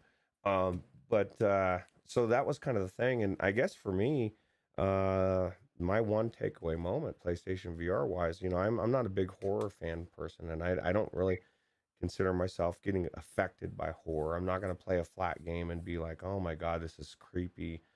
But Resident Evil 7 changed all that, right? Like I've never felt like somebody was chasing me. And some of the moments, man, and this is the AAA game, this is early on in that game, but there's a moment that you put and game's been out so long, so spoiler alert if you really, it's so early on, I don't think it is, but you put a VHS tape in the thing and you're watching this scene, and I'm so into this scene, and then it cuts back out, and I'm now looking around, and I realize that the person getting chased in the scene, I'm now that person, and it freaked me the fuck out. I was like, oh my God. Like now I went from like this peaceful moment of looking around to like knowing I need to get the fuck out of here. And I've never experienced that in any game, even PC VR. So I think That's one of the things I think PCVR is still trying to struggle to catch up to in this respect with Sony. With all the games that have came out, I still think Sony's depth of their AAA games are on a different level than any PCVR game that's came out, including Half-Life Alyx. And it doesn't mean that Half-Life Alyx didn't do revolutionary things, the physics, all of the shit that everybody raves about, but the depth of gameplay and story Sony took AAA games and they put them in VR, and nobody's done that yet, except for Sony, in my opinion. A lot of them have tried and came close with like Sniper Elite and stuff, but even those games aren't on the level of, in my opinion, of what I've experienced with Sony VR. Yeah, content's always been king when it comes to PlayStation. I'm not just talking about VR. Sony's kind of known for their game catalog, and it's been, not surprisingly, a staple of PSVR and the PSVR platform. Eric, you recently bought into PSVR for the very first time, and I think that that says a lot because when you consider the other mainstream headsets that were out at the time of PSVR, the HTC Vive and the Oculus Rift CV1, those are old, antiquated, outdated equipment that some people still use, but for the most part, this stuff is lining people's closet floors at the moment. But PSVR continues on, and it continues to receive new releases, and it continues to be purchased by people such as yourself. Um, it says a lot about this platform that even though the headset, which let's face it, in terms of specs, didn't even really stack up to the other headsets of that time. It says a lot that this equipment is still being used. It's still bringing new people into VR even today, and I think that that's just remarkable. The that this headset, even in its last days, continues to be relevant. What drew you in to picking up PlayStation VR in 2021? Yeah, I mean, first off, I love your story, Wes, because I think a lot of us kind of go down that same path. And I know it was a bit of the same thing with me as I was completely out of gaming. I had been a gamer all my life, from the Atari all the way up through PlayStations and everything. And then I gotten out of it for about 5 or 6 years where I didn't do anything at all. And VR kind of got me back, and it's kind of touched all of us and changed our lives a little bit. So yeah, I love that story. It's awesome when you hear stuff like that. And then, yeah, I mean, basically you guys talked me into getting the PlayStation. I wanted the PlayStation 5 so I could be ready for PSVR 2. And once I got the PS5, I'm like, I want to go play all these amazing games, that I haven't had a chance to play. So I was like, I got to try and find one. I want to go get one. And now I wish I hadn't waited. I wish I had gotten, one earlier because I do have a PS4 I could have played it on, or I could have even went and got a Pro or to play it on. So yeah, I wish I hadn't waited because now there's so many games, and I could play for another year on the PlayStation games that I have or that I could get. So it's gonna be tough to get them all in between now and when PlayStation 2 comes out. So You're experiencing yeah, the best version of it, though, man. I feel like yeah, you, by doing it with PS5 only, you did it right, bro. You're getting the best version from day one, and you don't have to look at any shimmer or any of that right, bullshit. I think it's good. yeah. Well, because I was going in, I'm like, all right, I'm gonna have, I know that is gonna be a difference because I'm using an index, I'm using my Quest 2, linked with a PC. So I'm like, okay, everybody's told me it's not gonna be great. It's an older headset, it's not gonna be great. And I was looking for like the worst screen door that you'd ever seen just from the stories I've heard. And I gotta tell you, one of the first games I got into and played was Farpoint. And today it's still probably in my top 5 of all-time games that I played. I have never played a game in VR where I sat and played it for 7 or 8 hours, however long it was, and almost finished the entire game. I played through the first 95% of the game, in one night, in one sitting, and that's how great it was, and I never even saw the screen door. I never even thought about it. That's how good that game is, man, and this how good the hardware still is. So yeah, I'm happy I did it with the PlayStation 5 and not some of the older systems, especially the original PlayStation 4. But I don't know if it's better because I have the newer version of the PSVR 2. That probably does help. I don't have the breakout box and all that other stuff you had to have with it. I know there was some maybe more a little bit more screen door effect with the older one, but yeah, the system still amazes me today. It's still so relevant, and it's what 5? Was it 5 years old? 5 years old, and it's interesting that you say that about, waiting to play it on the newer console versus the older because, this was something I was aware of before I bought it. So, uh, my kids, like you, I was a gamer from the earliest ages. I was an Atari gamer, then I was big in the Nintendo and, Super Nintendo all the way up through PlayStation. Um, so my kids have always had controllers in their hands. Like since they could walk, they've been playing video games. And as they got older and uh they became aware of virtual reality becoming a consumer thing, and they started asking me for Oculus Rift. At the time, I can remember looking in to find an Oculus Rift, and not at the time that PlayStation 5, or I'm sorry, PSVR launched, but a couple of years in front of that, before CV1.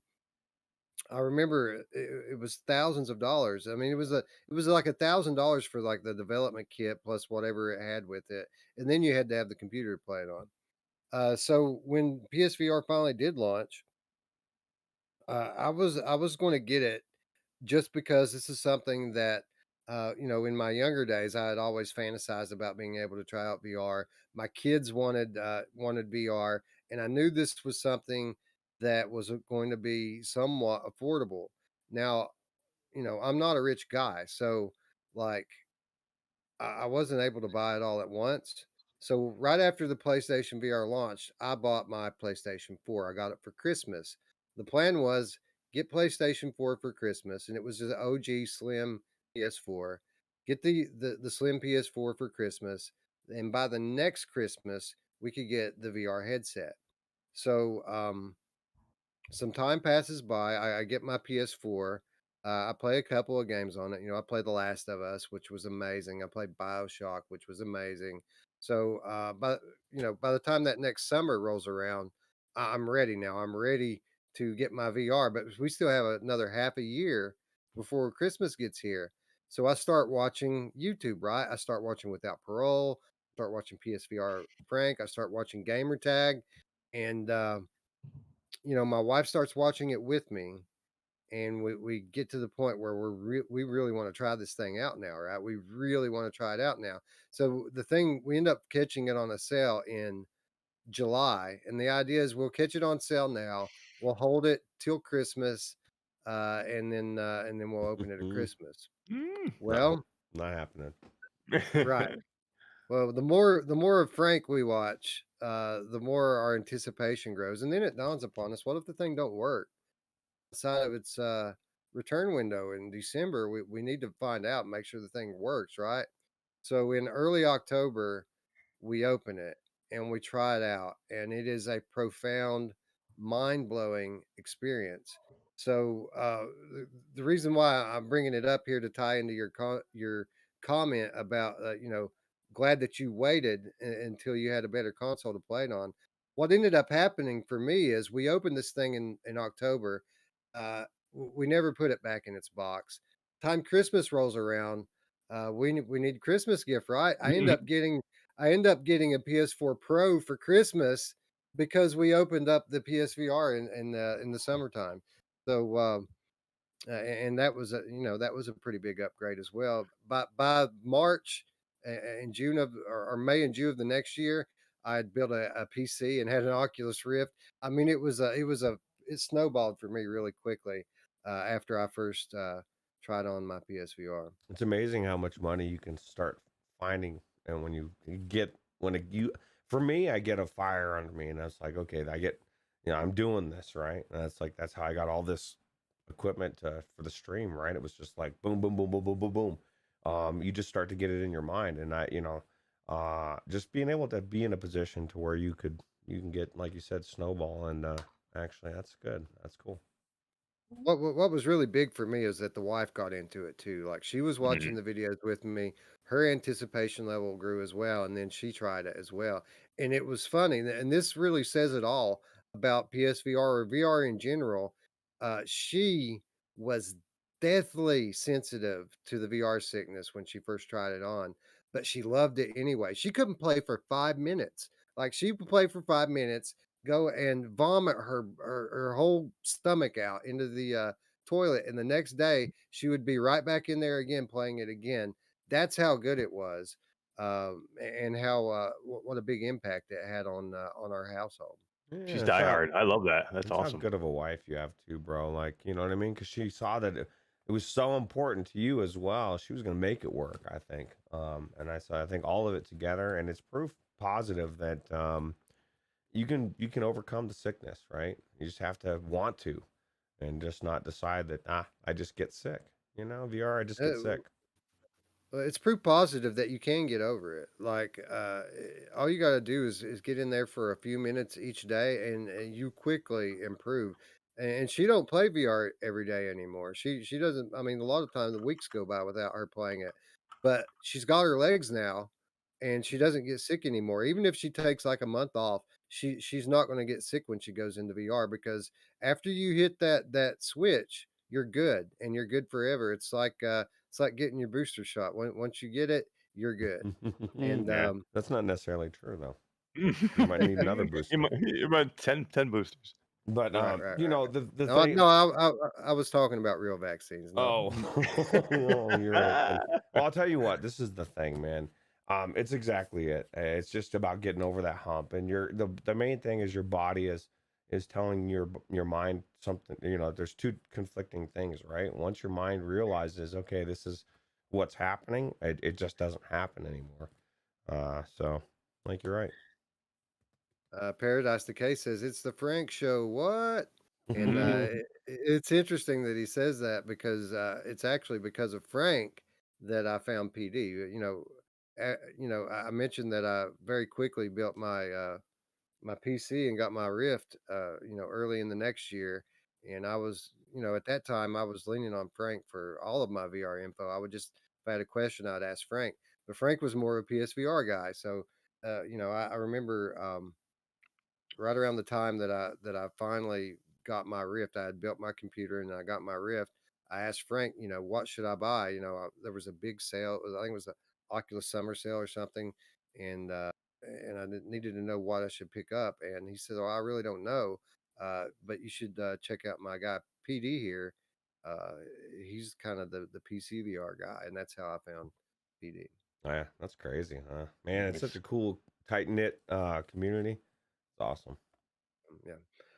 Anyway, with regards to PSVR, like I said, we were hooked immediately, but we didn't have any games. Like we just literally we were taking it out of the box to make sure that it worked, and the only thing that we had was the PSVR demo disc, Volume One, which was an amazing thing because it had something like 10 games on it. They weren't all playable, but most of them were.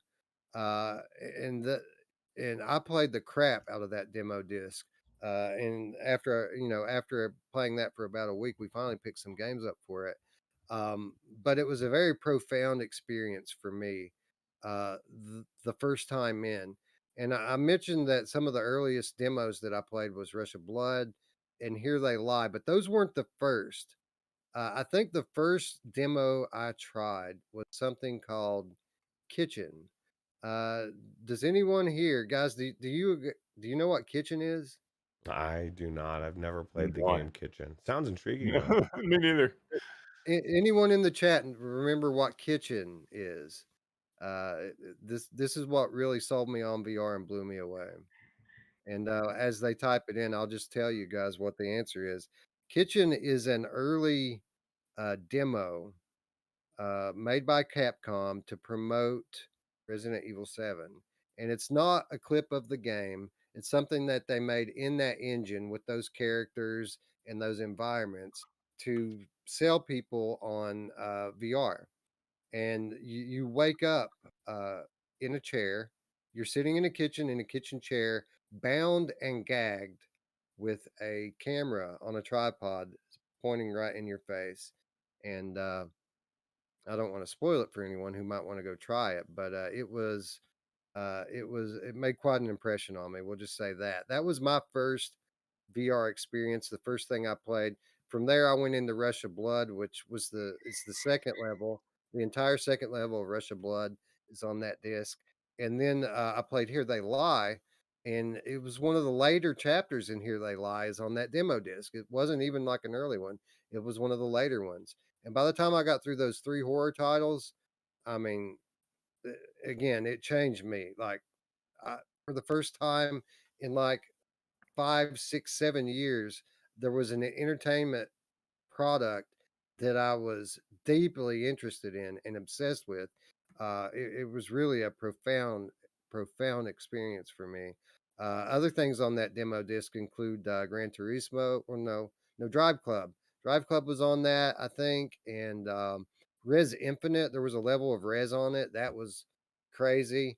Um, there was some other stuff on there too. I can't remember exactly everything that was on it, but that was kind of again a big moment for me, and it makes me wonder, Roots, what was your first experience in PSVR? Do you First remember? in PSVR, I would have to say it was probably Astrobot. That would probably be, I can't remember for sure, but that was the one that I was really, because I love platformers. I love Mario. Like I grew up with platformers. So that was the game that I really, really wanted to get into and check out. And I was definitely not disappointed at all. And it makes me think, Wes, like how spoiled are people coming into VR right now compared to what we had? Because when I came into VR, it was all CV1 and it was all mostly tech demos. There was games. I mean, it was don't get me wrong. There was definitely games out, but it wasn't like today where you're turning around and there's just so much to play. And not only that, but your story is a perfect example. How much free content was out there, Wes, when you bought your PlayStation VR compared to now? Like, isn't there like 7 or 8 volumes of free games discs or however many there are? At least a few, right? Yeah, I think there's four of them. They're all very similar. They share a lot of the same demos, but it did change slowly over time. But I often think about how fortunate I was that I started on PlayStation VR because, uh, I mean, PC VR was established at the time, and there were good games on PC as well at that time. But again, the thing that has always made PlayStation VR stand out is the titles, and people, a lot of PC exclusive gamers often snicker at the phrase console quality, but that's a real thing. Like uh, the uh, even some of the more the second party, smaller PSVR exclusives still hold a level of quality that you just don't see on Steam very often. And the only real saving grace of PCVR at that time was Oculus, and the fact that they did invest in a few exclusives for that brand. But I'm so fortunate that I started on PlayStation VR and that I had this catalog of amazing titles, even though it wasn't like, I think there might have been a little shy of 200 titles in the catalog when I got into it, but they were mostly very polished, very good console quality things, where PC was kind of overrun by tech demos at that time, and I don't know that PC VR would have quite grabbed me the way that PlayStation VR did at that time. Erica, this catalog has now grown to over 500 titles over these last few years, and again, you're kind of getting the the pick of the litter now. You're coming in at the end of the life cycle where the catalog has matured. All of the good PC stuff, most of it anyway, has been ported in. Um, the library, again, always the biggest selling point with PSVR. So I'd be very interested to hear what was the first thing you went for was when you got your PlayStation. Yeah, it was Farpoint. That was the first thing I did, and I think I did right after that. I think I did Astrobot too. But yeah, Farpoint was the first game I got into, and like I said, I loved it, man. I played that thing from start to finish, almost start to finish in one night, and then I get into Astrobot right after that. But the library is so amazing. I mean, I'm still buying games. I mean, whenever something else goes on sale, I'm always picking something up. Table of Tales, and then I picked up this past week. I just picked up Immortal Legacy. So there's just game upon game upon game that you can get. Um, so it's just still really good. I mean, this Rush of Blood and Farpoint, Astrobot. I mean, just some great games. Blood and Truth. I mean, they And they then have you they have such good games that you can't get anywhere else. So and you're kind of fortunate that that you did start on those games like Farpoint and Astrobot because the big learning curve is with the Move controllers. And had you started with the Move game, you might have been a little bit put off by it. But yeah, starting with Farpoint, you have the aim controller in your hand, very easy to use, and yep. then you go to Astrobot, which is a DS4 game, again very easy to use. So by that point, you're hooked now, and now you're able to kind of deal with learning the moves Yeah. which again, when you start in PC and moving over is a bit of a curve to that. Yeah, there's a learning curve with the moves for sure, but I don't think they're as bad as people say. I mean, like I said, I haven't tried them with a ton of games, but I probably tried 20. And games like Fract, I love the movement control in Fract with the move controllers. It's intuitive. It takes a little bit of getting used to, but once you get it, it's quick, it's easy. So I mean, I know everybody laughs at the moves, but I think they're fine. Wes nails it when he's said it so many times. It's all about the camera setup. If you Yeah, take the time to make sure your camera's set up, and I'm not just saying make sure it's pointed at you, but actually go into the software where it has you take a picture of you 3 different times, it's calibrating. You're going to make sure that you have a better experience. And another thing to add to why this is such an amazing time to have waited to come into PlayStation VR is exactly what you said. All of these amazing games you're getting at a fraction of the cost because we're at the end of the cycle. The fact that you could play Astrobot for $10 is yeah, phenomenal to me. Blood and Truth for $20 is amazing. These are games that you shouldn't be able to get that cheap, but we're at the point now where you can, and so you're able to get all these amazing games for such a good price. And I'll finish up. Simplex says one of the best PlayStation VR games is Static. Very mhm, amazing, must play. And that reminds me, Eric, you still need to check out Nog because yeah. you were saying you Static was cool. Nog will blow you away. It is the most three-dimensional game I've ever seen in VR. So, Yeah, no, I definitely that's good point on that one because we talked about it and I forgot to do it, so I'm gonna check it out. yep. But yeah, I mean, Uh, I picked up a lot of these games for free. Remember, it was parts of last year where they were doing that play at home, Yep. stay at home, play at home thing. So, and I still had, even though I didn't have a PlayStation 5 yet or PSVR, still had an account. So I just went in there, logged in, and all that stuff was waiting there for me to download as soon as I got my PS5. yeah, yeah. Tons of amazing games, and Static being one of them. I saw someone mention something about Thumper, which was another one of the early games I played on PSVR. A great PSVR game. When I think back over this amazing catalog, obviously Farpoint sticks out, Astrobot sticks out, Resident Evil 7, Rush of Blood, Here They Lie. We've talked about all of these games. Golem, even for its limitations with movement, was an amazing game.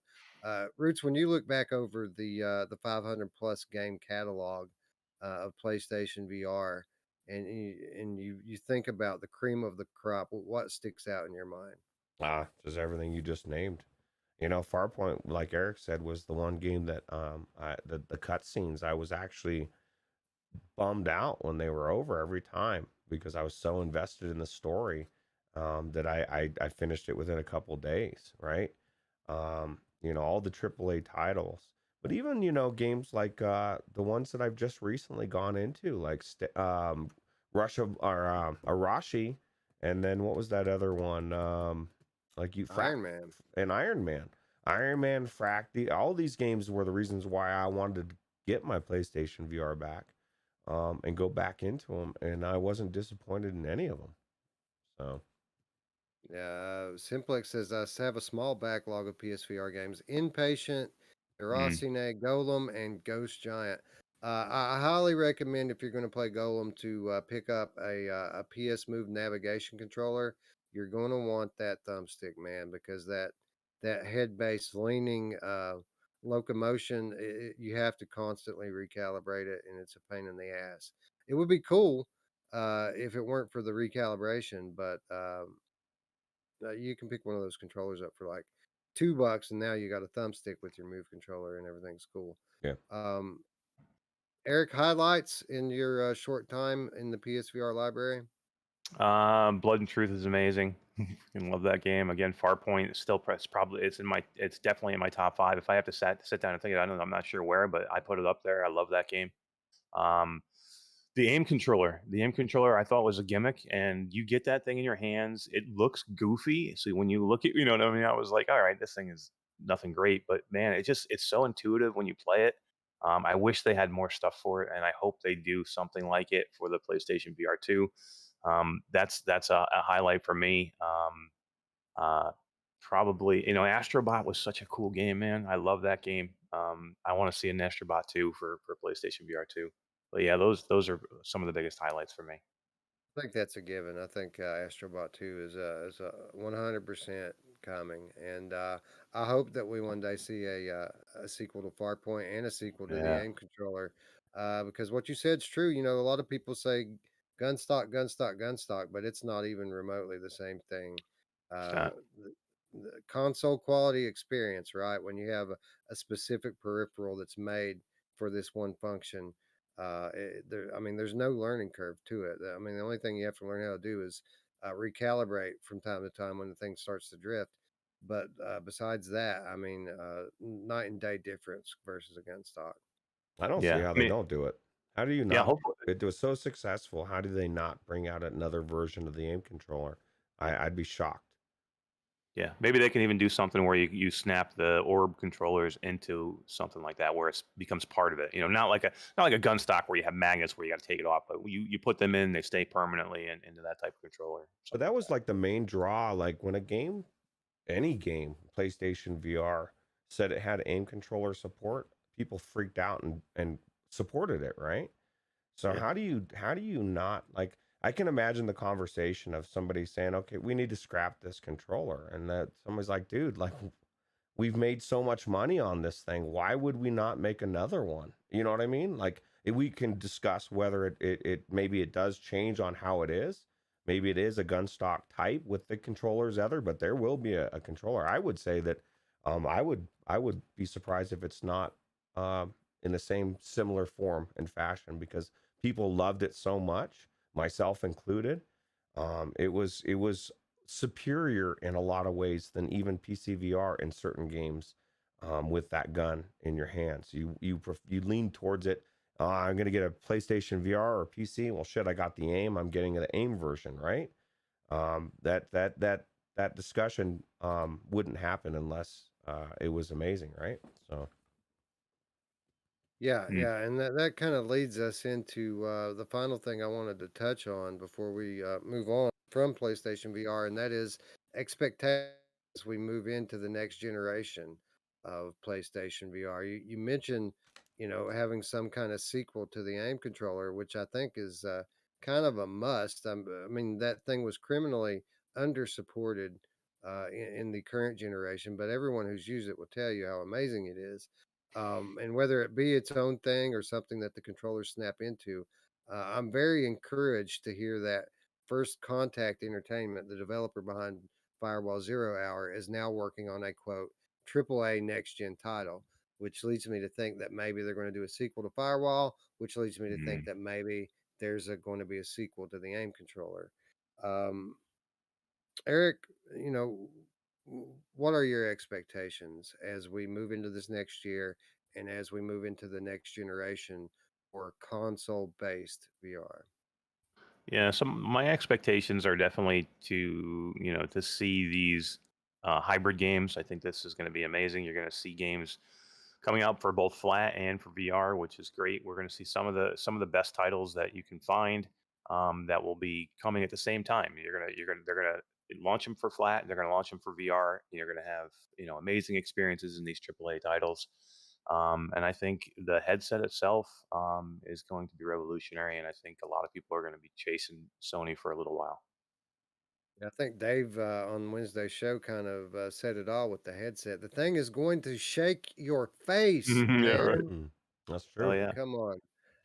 Roots, I mean, we said it with the Gen 1 PSVR, the games were the bottom line, as is always the case with any PlayStation console. And I think going into the next generation of PSVR, while the hardware is going to be very different, very revolutionary in some ways, I think at the end of the day, it's going to be what it always has been, and it's going to be that the games are the bottom line. Yeah, yeah, I agree. I think that's my expectation is to watch the depth of gameplay increase, right, in these VR titles, to start to see these AAA gameplay loops that pull Wes away from VR for hundreds of hours or 100 hours in Returnal, to see Mhm. that gameplay coming into VR is going to be next level, right? Like, because that's the type of game that it really does have that one more type of appeal that draws you in. And as good as VR is, there's not too many titles that have that draw. It exists, but that's my expectation is just to have this time next year to be saying there's so many more titles out there that are in that depth level, right? And it's starting to become the norm versus the rarity. Yeah, and it's interesting to point out that, Sony as a company or PlayStation as a brand, um, their whole focus, and while they obviously do deviate from it from time to time, their focus in making games is to tell stories. And so many times we review these games, uh, no matter what platform they're on, and we often debate, would this game be better with a story versus wouldn't it? Well, you typically with the Sony exclusive title, a first party exclusive rather, you never have to have this debate because it's always about telling stories with them. And when I think about these talented artists, these you know, best of the best game makers in the world having new paintbrushes to paint with, for lack of a better term. When you think about the best game developers in the world, putting you into VR, and now they have tools like, this advanced haptics and audio. Now they have tools like being able to know what you're looking at. That alone, the fact that these guys that are masterful at creating these worlds are going to be able to tell what you're looking at. It also means they're going to be able to tell what you're not looking at, and specifically with genres like horror, that's going to be a whole new level. So, again, you know, as amazing as VR has gotten since the early days, PlayStation VR has always remained my favorite platform. And we're always jumping at the next best thing, the newest piece of hardware, trying to recreate those early days. Uh, the first time that we put a headset on, that feeling of wonder. And we, as much money as we've spent and as many things as we bought to try to recreate that, we never have quite been able to recapture that. And I think that is uh, you know, the single most promising thing about a new PlayStation VR is I think for the first time we have a real opportunity here to relive those first days in VR where we're seeing something new, something revolutionary, something profound. And that above all is why I can't wait to get my hands on this thing. That's absolutely the case. I Yeah. agree 100% because we're already at that level. Onikazi says something about the face thing. He says that it's only a DS4 motor. It's not necessarily going to shake your face. My thing is like I had my Quest on earlier and there was no motor whatsoever.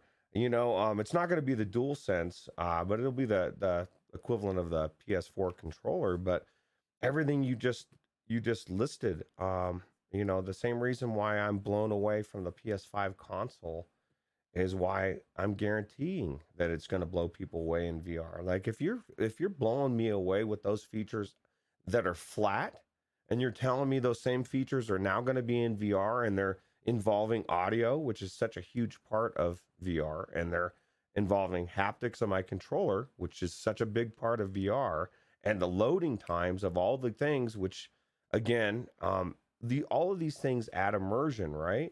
So I don't see how these things don't make VR um, like even better than the PC VR versions for a time. You know what I mean? Like these are things that I think people are underestimating, uh, and probably because you've never tried the PlayStation 5. For most people, it's I keep telling people that I run into, I'm raving about it as much as I am raving about VR in general because it's blown my mind away for consoles. It's hands down the best console I've ever used, and I it blows away what Microsoft is doing with their console. So I'm excited. Yeah, and I think what you said there is very important to know. It's not just about any single feature, but about the sum of all the parts, right?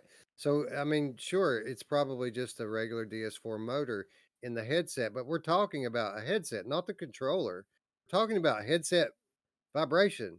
Yeah, it's And gonna even if it don't shake your face off, it's not about just that one thing. It's not like, I mean, this is console VR. We're not talking about some tech demo that revolves around the vibration in the headset. This is just going to be one piece of the larger puzzle that's going to serve to create new levels of immersion that we haven't experienced yet. Yeah. Yeah, the whole package is going to be amazing. I mean, when if you take, like you said, if you take a list of everything that they are going to have, I think PC VR is going to be playing catch up, and even Quest 2 is going to be playing catch up for a little while because I think when this thing hits, I mean, with all the different things they have, I think they're what they're doing with the dual sense and the haptics that they have built that they are going to have built into these orb controllers is going to be mind blowing.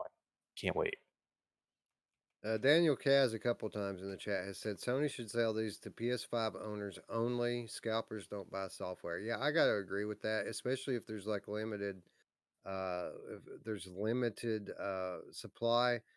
I mean, you have to have a PlayStation 5 to use it. So, I mean, if they really want to cut scalpers out of the equation, that's how you do it, man. You sell it only, at least for a limited time. Sell it to people who have registered PS5s that they're using, and that might be kind of difficult to do, but I'm sure there's a way that you can use your serial number to unlock an invitation or whatever. um, that they did that with the camera adapters, right? So I mean, they could do it again. Well, my Right. only problem with that is I feel really bad for the hackers or Mhm. the scalpers, right? Like they got to make a living too, bro. No, just kidding. Actually, fuck those guys. Yeah. Screw those guys. Yeah. Anyway, as you guys know, it's the easiest way to get me sidetracked whenever we're talking about anything else. I could talk about PlayStation VR, past, present, and future all night long. I absolutely love it. It is my favorite platform. I often say that I'm an agnostic VR gamer. I love all VR, and that's very true. But still to this day, if I have to pick one, I'm picking PlayStation VR and rolling with that library all day, every day. Yeah, it's a good one to pick in 2021. It's a hell of a world that we don't have to, though, right? Yeah, It's for awesome. sure. Anyway, this is not the PSVR show. This is the VR show. So why don't we move along a little bit? Talk a little PC VR. Mob X recently dropped a surprise update to action-packed dungeon brawler Everslaught, which added support for the increasingly popular B haptics suit. The update, just another in a long line of improvements that have been implemented since the title launched into Steam Early Access just a couple of months ago. This past week, the developer took to Twitter to tease the next update to the game. According to the studio, the update will be by far the biggest to date, including new enemies and improvements to the old enemies, new dungeons, new bits of story, and more. This update set to drop within the next few weeks. And for those of you who don't know, Everslaught available now on Steam VR and Viveport Infinity. Ruuts, I think about all the amazing games that we've gotten over the last 6 months, and how PCVR, the indie developers have really picked that platform up and made it worth paying attention to. Um, Not a lot of games uh, on that list that I've enjoyed more than I have Everslaught. This game, in its very early version, was extremely polished and extremely fun. I can't wait to see what it's going to be like now that they're expanding the game in all these other various ways. Yeah, absolutely. I'll tell you what, I feel like how I would have felt if somebody gave me access to play in depth a couple of years ago, right? Like when it was just being made, and you're like, okay, I see this game for how amazing it's going to be. And the fact that they're already adding new characters, and it was one of the biggest things. You want different stuff in there, right? But they have the most important thing down, which is the mechanics, the way it feels, the gameplay. And now if they can add all the progression and everything that they're adding into it, it's amazing. And it's kind of gives you a sight into what our future is for all these indies, right? Because you see so many indie games flat, like Hades or whatever, that are amazing. Well, they didn't get that way overnight. Like it took 20 years of indie developers learning all these tricks, right, to make these amazing games.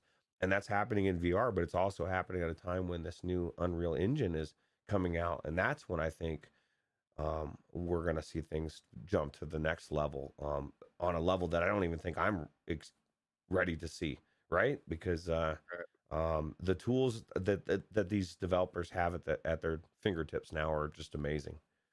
So Right, we're seeing the baseline raise consistently now, especially with these indie PC games, because I mean the indie developers, they flock to PC for obvious reasons. You have this unlimited power. You don't have to be the most talented developer in the world if you don't have to worry about optimizing. And we're seeing more and more now these small indie studios make beautiful, polished looking releases and things with very high quality, even in early access like Everslaught. Uh, Eric, this game, for all the boxes it checks off, there was really only one overarching complaint about it and worry with regards to the future of it, and that is variety. We wanted to see a little bit more in terms of different levels, different enemies, different weapons. It's good to see that this isn't lost on the developer and that the first big update that the game is getting is specifically to address those concerns. Yeah, I mean, I love it that they're not done with this game. I mean, they are an indie developer, but you're right. They made a beautiful game when you guys said it. They have all the stuff they need in here. They just needed more of it. That's all. It was just a little light on, a little bit of the content. So now they're still working on it. They have a fantastic physics engine. They've got, great sword play. They've got the progression system with the weapons, which is great. They just needed more, and they're doing that. And I love when I see these devs continue to work on these games, and puts more stuff out. And you can tell when they're super excited about certain things they're doing. They put out stuff, and they're just like, they can't wait to put stuff out there for people to get in and try it. So it's exciting when you have a developer like this who's just super into their game and keep working on it, keep working on it. And by the time this thing is ready to come out of early access, I think it's going to be one of the best games out there. Yeah, Roots. I love the pacing of this game, man. This is high octane, high speed gameplay. They left no regard for newbies that don't have their legs. Screw those guys. We're gonna make a VR game for VR gamers, and I think that this might be my favorite use of grappling hook in any VR game I've ever played. What say you? oh, that's amazing. It's kind of reminiscent to what is it, Serious Sam, right? The movement so fast Yeah. paced and stuff, right? And I love the fact that the developer is basically saying that this is the reality. And it doesn't matter what game it is. It doesn't matter what genre it is. It doesn't matter how good it is. It doesn't matter how fun it is. You're not going to reach everybody. And everybody's not going to love your game. So make your game and let the chips fall. Let's not nerf a game. The feeling of the game, the movement, which is the most important thing. so many developers are afraid to just let their hair down, so to speak, and just let people do their thing, right? And these games, we've played these fast-paced games our whole life, and now because we're in VR, everything's got to slow down. I don't think so, and people are realizing, especially people like your wife, that you can overcome the sickness, and I would say that this game is 100% worth overcoming your sickness for, because when this thing is done, you're not gonna want to miss it, and that's my prediction. Yeah, man. We talk about VR Adventure and how they spend all that time trying to cater to everyone, and then they finally realize that with regards to this camera deal, that they're not going to be able to make everyone happy. That they literally, the devs say this to me, that they understand now that they can't make everyone happy. They're just going to stick with the camera system as it's implemented and let the chips fall. And then here we are 2 months after release on the Quest. Guess what they're doing, guys? They're back at it again. They're tweaking the camera system for other people. Well, as long as it's an option, but this is the thing, your game is already good. I mean, I don't know. I haven't looked at VR's reviews lately, but I mean, are people freaking out about this command? I just, at some point, if it's not broke, why are you fixing it? You know what I mean? Like, I felt like that game on release was exactly how it needed to be. And this is from a person that loves platforming. That's like, if you told me of all the games you can play, I'm going to gravitate towards an amazing platformer almost over any other game. And that's why I loved, that's why Astrobot was my first game in VR on PlayStation VR. I have a love for platformers, and I feel like I have a finger on my pulse, or on the pulse of what makes a good platformer successful, and that's VR on release. And if they want to take that gamble, that's on them. But it kind of bums me out a little bit, Wes. Yeah, Yeah. well, I mean, I do think it's going to be optional, and I don't think it's going to ruin the game for me at all. I think that they're setting themselves up for disappointment because I think that they're putting a lot of work in here, thinking that it's going to, sell their game to a lot of people who haven't already bought it, and I just don't think that that's going to be the case. The people that aren't buying it and citing that camera as the reason why are just looking for a reason to point to, right? And Mm. when they fix the camera, then it's just going to be something else for these people. Yeah, I Yeah, just it's think never gonna be the enough. word, yeah, and the word is optional, right? Give the options. Have it come standard with the way it is right out of the out of the get go. Have it come the way you want to make it, but put options in there to change it for people who don't want it that way. So if you can do that, just do that. Like I said, don't have it be out of the box, nerfed, but have it be out of the box normal, and then let people change if they want to change. You could Options are the best way to go. you could go into the game, and you could have Ven walk over to this thing, and he grabs two nodes and has to hold them to make the options change, and then he gives you a big middle finger, kind of like in Boneworks. Yeah, Like, just right, let people right. know that this is ridiculous. We'll give you your option, but we're gonna roll our eyes at you when we give Yeah, it to you. Right. yeah. Anyway, the moral of the story is kudos to MobX.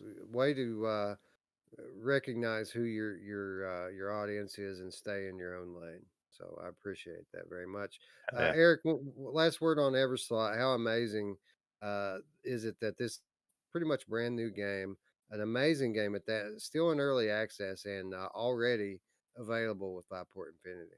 Yeah, that's good. Viport Infinity, we say it all the time. It really is the best deal, man. There's so many good games on there that I mean, they just put Forewarned in there. I mean, it's just like every week they have new stuff coming and coming, and I mean, if you can catch this thing on a deal and get it for $8 a month, man, what a good deal it is. There's just like there's over 900 titles, and a lot of them are really really good titles. So I yeah, joke Yeah, and about they're it a lot, but I do actually question your soul if you don't have 5 Port yeah, Infinity. giving you I mean, if you do the annual thing, they're giving you two amazing games to keep forever for your yeah. money. I mean, you spend $90, you get these. What was it? It was the Saints and Well, Sinners, and what was the other one?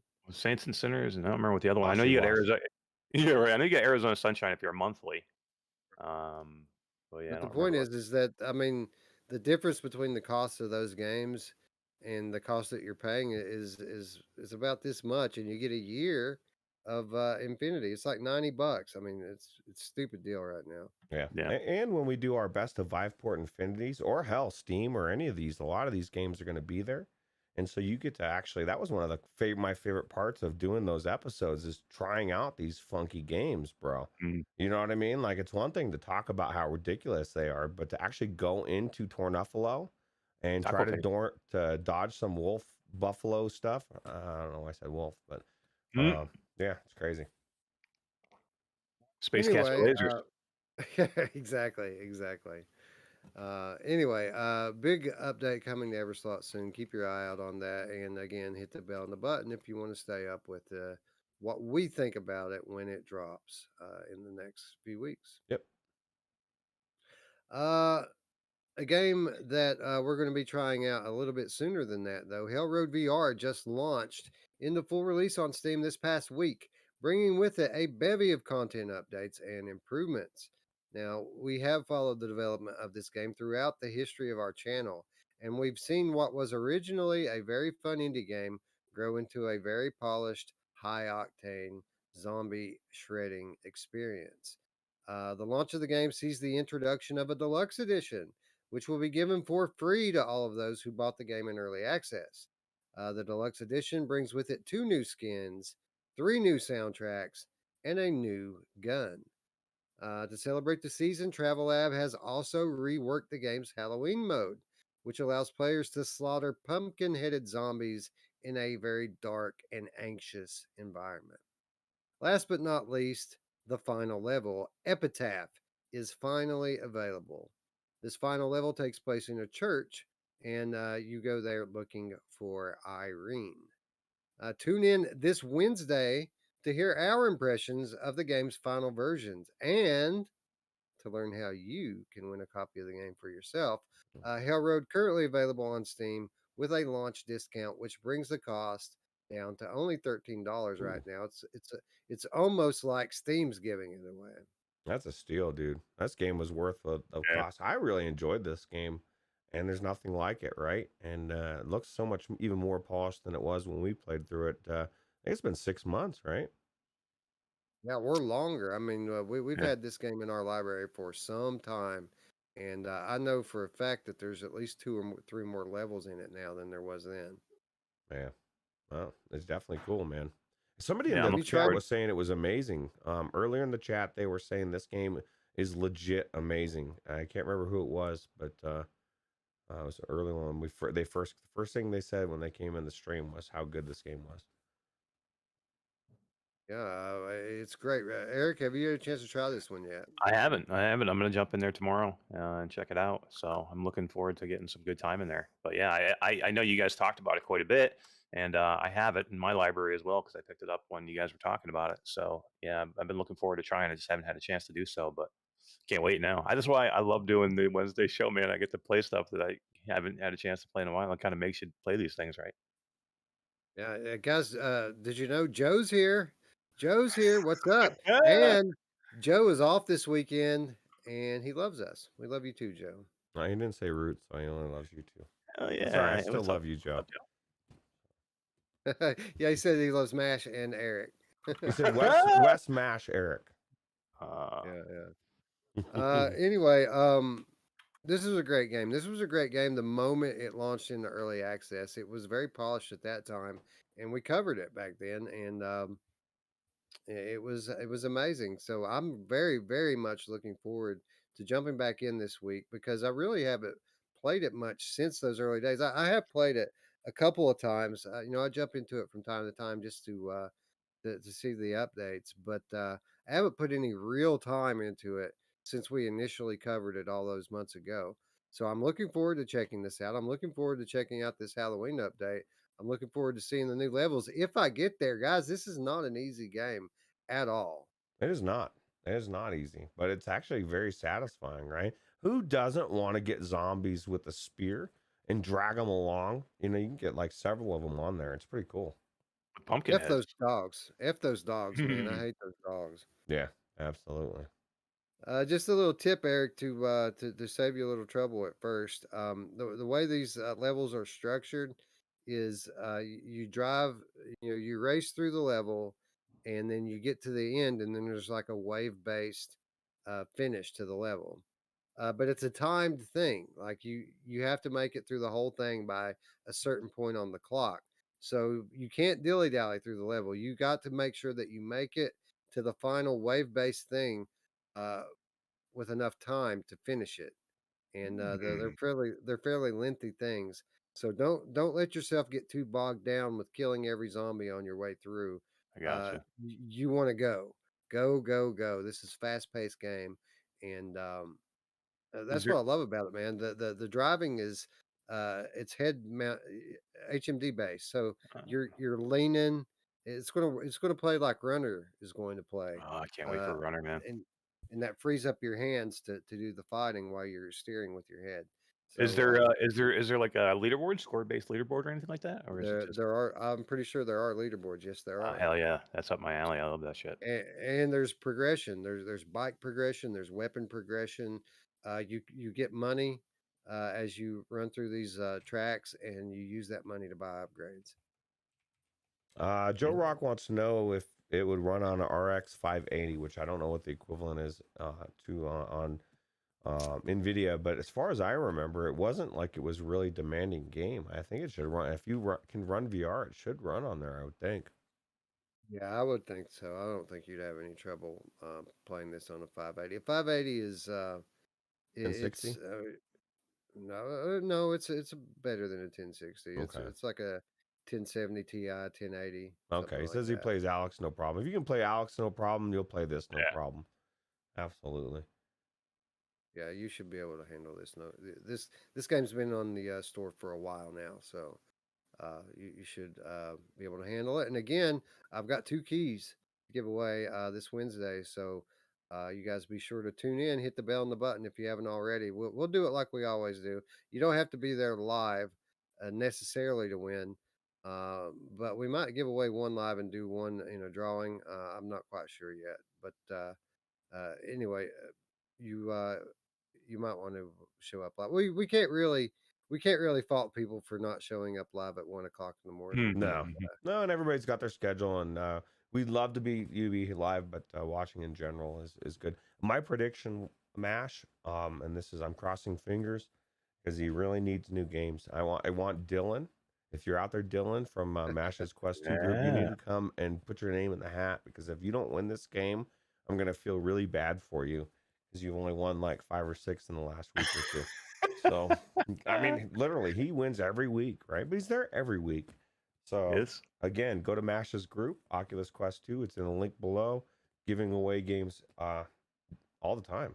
So, What do you think about trying to talk this developer into doing like a Road Rash style mode, multiplayer where Oh you're my god, that'd be versus awesome. multiplayer where everybody has it on their own bike with their own weapons? that would be cool. Oh my god, that'd be amazing. I've been wanting that. That's why I'm so looking forward to Runner, man. Runner is just going to be so great. I have such high hopes for that game. That's That one of the looks best cool, modes doesn't it? for grip, right? Is Oh yeah. the PvP mode where you're kind of running I- around and attacking each other and stuff. yeah, the arena mode. I love Yeah. that thing. Yep. Well, Raza says I need more RAM. Do you know who else needs to be RAM more? My mom! I'll tell you what, Wolveraza, you absolutely need more RAM for sure because they were saying 16 a while ago. I'm of the It's going to be 32 soon. yeah. I'm starting to feel like you don't need 32, but we're starting to get to the point where it's nice to have that extra room, right? So But I'm glad I upgraded for Christmas last year. So. yeah, absolutely. It's just one of those things. It's not even that hard to get or that expensive. That's the thing is I was even thinking about this recently because my 8700K is nice, but maybe a better processor might not be a bad idea. And we're so conditioned right now that video cards are the only things that are hard to get a hold of.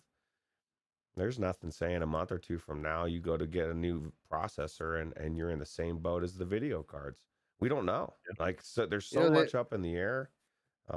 I'm a big believer that if you something's on your mind and it's out there, you should probably get it now because it may not be there tomorrow.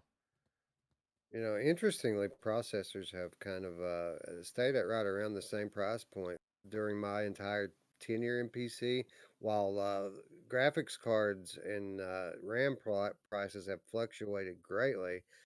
RAM literally half the cost right now as it was when I first built my computer. That's part of the reason why I upgraded last year because it was just so cheap It's to weird, do right? it. It's weird how things like that work. So Yeah, yeah, Yeah, I think absolutely. that's going to be my next upgrade. I think I'm only sitting on 16, so I'm gonna upgrade to 32. The problem is you can't mix these things usually. You can't like add. You know what I mean? as It long as usually it's the same.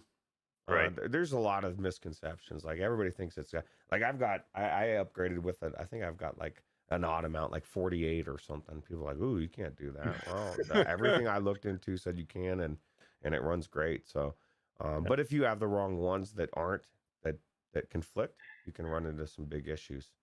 So Yeah. Anyway, moving on to our final featured story of the week, Facebook Connect 2. I'm sorry, Facebook Connect 2. Facebook Connect and Oculus Quest 2. This month also marks the 1 year anniversary of the Oculus Quest 2. And as we move closer to this month's Facebook Connect event, we'd like to take a look back at the impact this device has had on the VR market, as well as look ahead into the next year as Quest 2 exclusives begin to launch and new versions of the headset are rumored to be on the way. Okay, so first of all, the impact that this device has had on the VR market has been very apparent and it has been significant. Um, Eric, I mean, is an exaggeration to say that the Oculus Quest 2 has been the most impactful device that consumer VR has ever seen to this day? I mean, I don't think it is. I mean, I think it definitely is. It's changed all of virtual reality for all of us because it's made it more accessible. It's put VR in the hands of people that may have never had it before. Or it put VR in the hands of people that aren't even gamers. You know, I mean, I don't think there's no. I mean, there's no way that any other system out there. Maybe PlayStation would come close just because there's a lot of PlayStations out there and it was fairly affordable, but you don't even need a PlayStation for this. So for $300 or $400 for the original, I mean the price was crazy, and you've got people gaming in this that are 50, 60, 70, 80 years old, and loving it and just and being amazed and blown away by these things. So yeah, I mean I think it's definitely brought everybody farther and faster than we ever thought it could be. And this last year has been completely insane. And the Quest 2 is, again, whether you hate Facebook or not, what the Quest 2 has done for VR is insurmountably to any other system.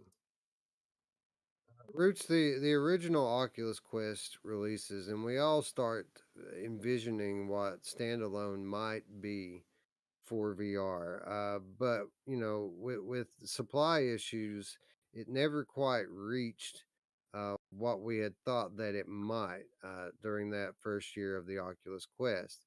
Then Facebook, out of nowhere, surprise launches the next version less than a year later, and now we have VR that's even more affordable than the original Quest. It's even easier to use. And what this does is it has the effect of putting VR into the public consciousness.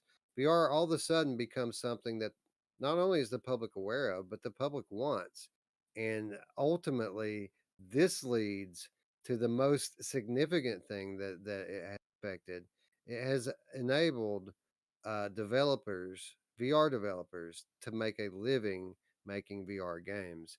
I think that um, has revolutionized and revitalized what was a slowly dying consumer VR market up until this time last year. yeah, absolutely. And that's one of the misconceptions I hear all the time from people that hate Facebook or Oculus or both is that VR in general would be in the exact same place without Facebook. and it wouldn't. And you've said it before. A lot of these developers had gotten to a point where they were having to choose to go back to flat gaming or something different because they couldn't afford to make VR games anymore because there wasn't enough people buying them, right? Then the Facebook 2 or Facebook Oculus Quest 2 comes out, and what it did, the biggest thing it did, I believe, is it on a mass scale um, let everybody know VR exists. People before Quest 2, there's so many people that didn't even know. Like, and I know because I talk to everybody. I mean, I spend so much time talking about all sorts of shit to random people.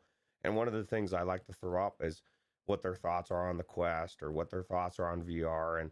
And just over the last year, people's not only their awareness of VR has probably increased by about 500%.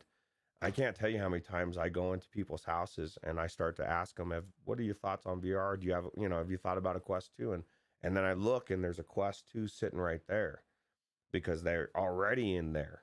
And so I would say that the marketing that Facebook did, and then just really drumming down that it's out there is the biggest thing that they've brought to the table. And It took so, it took VR to Walmart, right? yeah, Like, I Exactly. mean, Yeah. that's huge, and there's a I don't know if you've ever went to Walmart to check it out, but there's a nice shiny case that has a screen on it that's playing Phantom Covert Ops and some other stuff on it, and it makes something, it puts something in there so that when people are in there shopping, you know, kids, and I don't just mean kids in age, I mean 40-year-old kids like us down to 10-year-old kids walk by that thing and look at it and say, "Wow, what's that?" And the seed is planted, right? And then here comes Christmas. Um, Now, with that said, in as much ground as we've made up in this last year, uh, we have still yet to see the Oculus Quest 2 uh, at its full potential. Up until this point, we have been held back by the specs of the original Oculus Quest. But now Facebook, literally right now, has taken that requirement away, and we're starting to see the gloves come off. Roots, what do you expect uh, that the impact of this is going to be? We're next week, literally in 5 days, we're going to get our first Oculus Quest 2 exclusive title. Do you think this is going to be the first in a like landslide of standalone VR games that seem a little closer to PC VR quality? absolutely. I think Facebook's been chomping at the bit to cut the ties. Like they, I mean, and they one thing that they've proven to me at least is they don't give a fuck. Like they'll put out a new headset and I'm sorry, dude, you just bought that one last week and now we got this better one for cheaper and that's just the way it is. And it has to. Like these games that are coming out now, Facebook wants to put out. They want to bring everybody in, and they're bringing out something like Resident Evil 4. We know it's got Splinter Cell coming. It's Assassin's Creed's coming. I don't want those tied to the Quest One. I don't think anybody does, and I think Facebook is 100% realizing that it needs to not be tied to it, so that they can have something comparable to PCVR because we're seeing these games. A lot of these games where they actually are utilizing with pro patches or whatever you want to call them, the Quest patches, Quest 2, they're looking phenomenal. You're starting to already see where you can't tell the difference, right? Or mostly. So I think we haven't even scratched the surface of the XR2 chip. I really do. I think there's a lot that they can do with it that they're being held back with the Quest One. And I think once they say goodbye completely to the Quest One and say, look, we're no longer developing it for that, it's going to take the shackles off a lot of these developers and things that they can't do. I've talked to a couple of developers already that have a long list of things that they had to take out of their game because they had to make it for the Quest One as well. So once you remove those roadblocks, I think we really have not seen close to what the full potential of the XR chip can do. And I'm hoping we get closer and closer with each iteration of headset to PC VR level of gaming standalone. Think that you're absolutely right. Even these games that are getting Quest 2 enhancement, uh they're still being developed at a very base level for the lesser hardware, and that's kind of something that has plagued PlayStation VR throughout its lifespan. Is that we couldn't ever really see what PSVR was able to do on the Pro because we always and still have that OG PS4 holding it back on a very base level when these games are being built. So I think that you're right. I think that there's a lot of meat left on the bone here with regards to XR2 based system. I mean, this thing's a beefy machine when you consider that it's optimized for VR. Um, and I think that its best days lie ahead. Now, Onakazi in the chat says, I'm not sure the RE4 is going to be a showcase of what the Quest 2 and the XR2 chip is capable of. And I would agree with that. But what it is going to be is a landmark, right? This is going to be kind of the point on the timeline where we start to see things change. This game it heralds a new era for this device, assuming that this device doesn't get replaced with a new version in a month from now. Mm. We're about to get to that, but first, um, I want to talk a little bit more about Quest 2 over the last year, what it was at launch versus what it is today, because this thing has undergone almost constant transformation. It went from being a standalone VR device to a tethered PC headset to a wireless PC headset to something that you can only use with controllers to something now that you can just use your hands with. We have seen almost monthly huge changes in the functionality of this. And I think that, you know, not just among other VR devices, but other tech in general, we haven't seen any other device quite as versatile as this from launch day to birthday. Like it's just been a year, man. And think about how different this device is today as compared to what it was when we picked it up. Yeah, That's I mean, you're looking at 120 hertz, you know what I mean? And then you're looking at all the other stuff, the hand tracking and some of the amazing things that they put in there, right? That weren't anywhere near, on the launch. So yeah, I mean, they just hammered this thing full of stuff, and I don't think they're done yet either.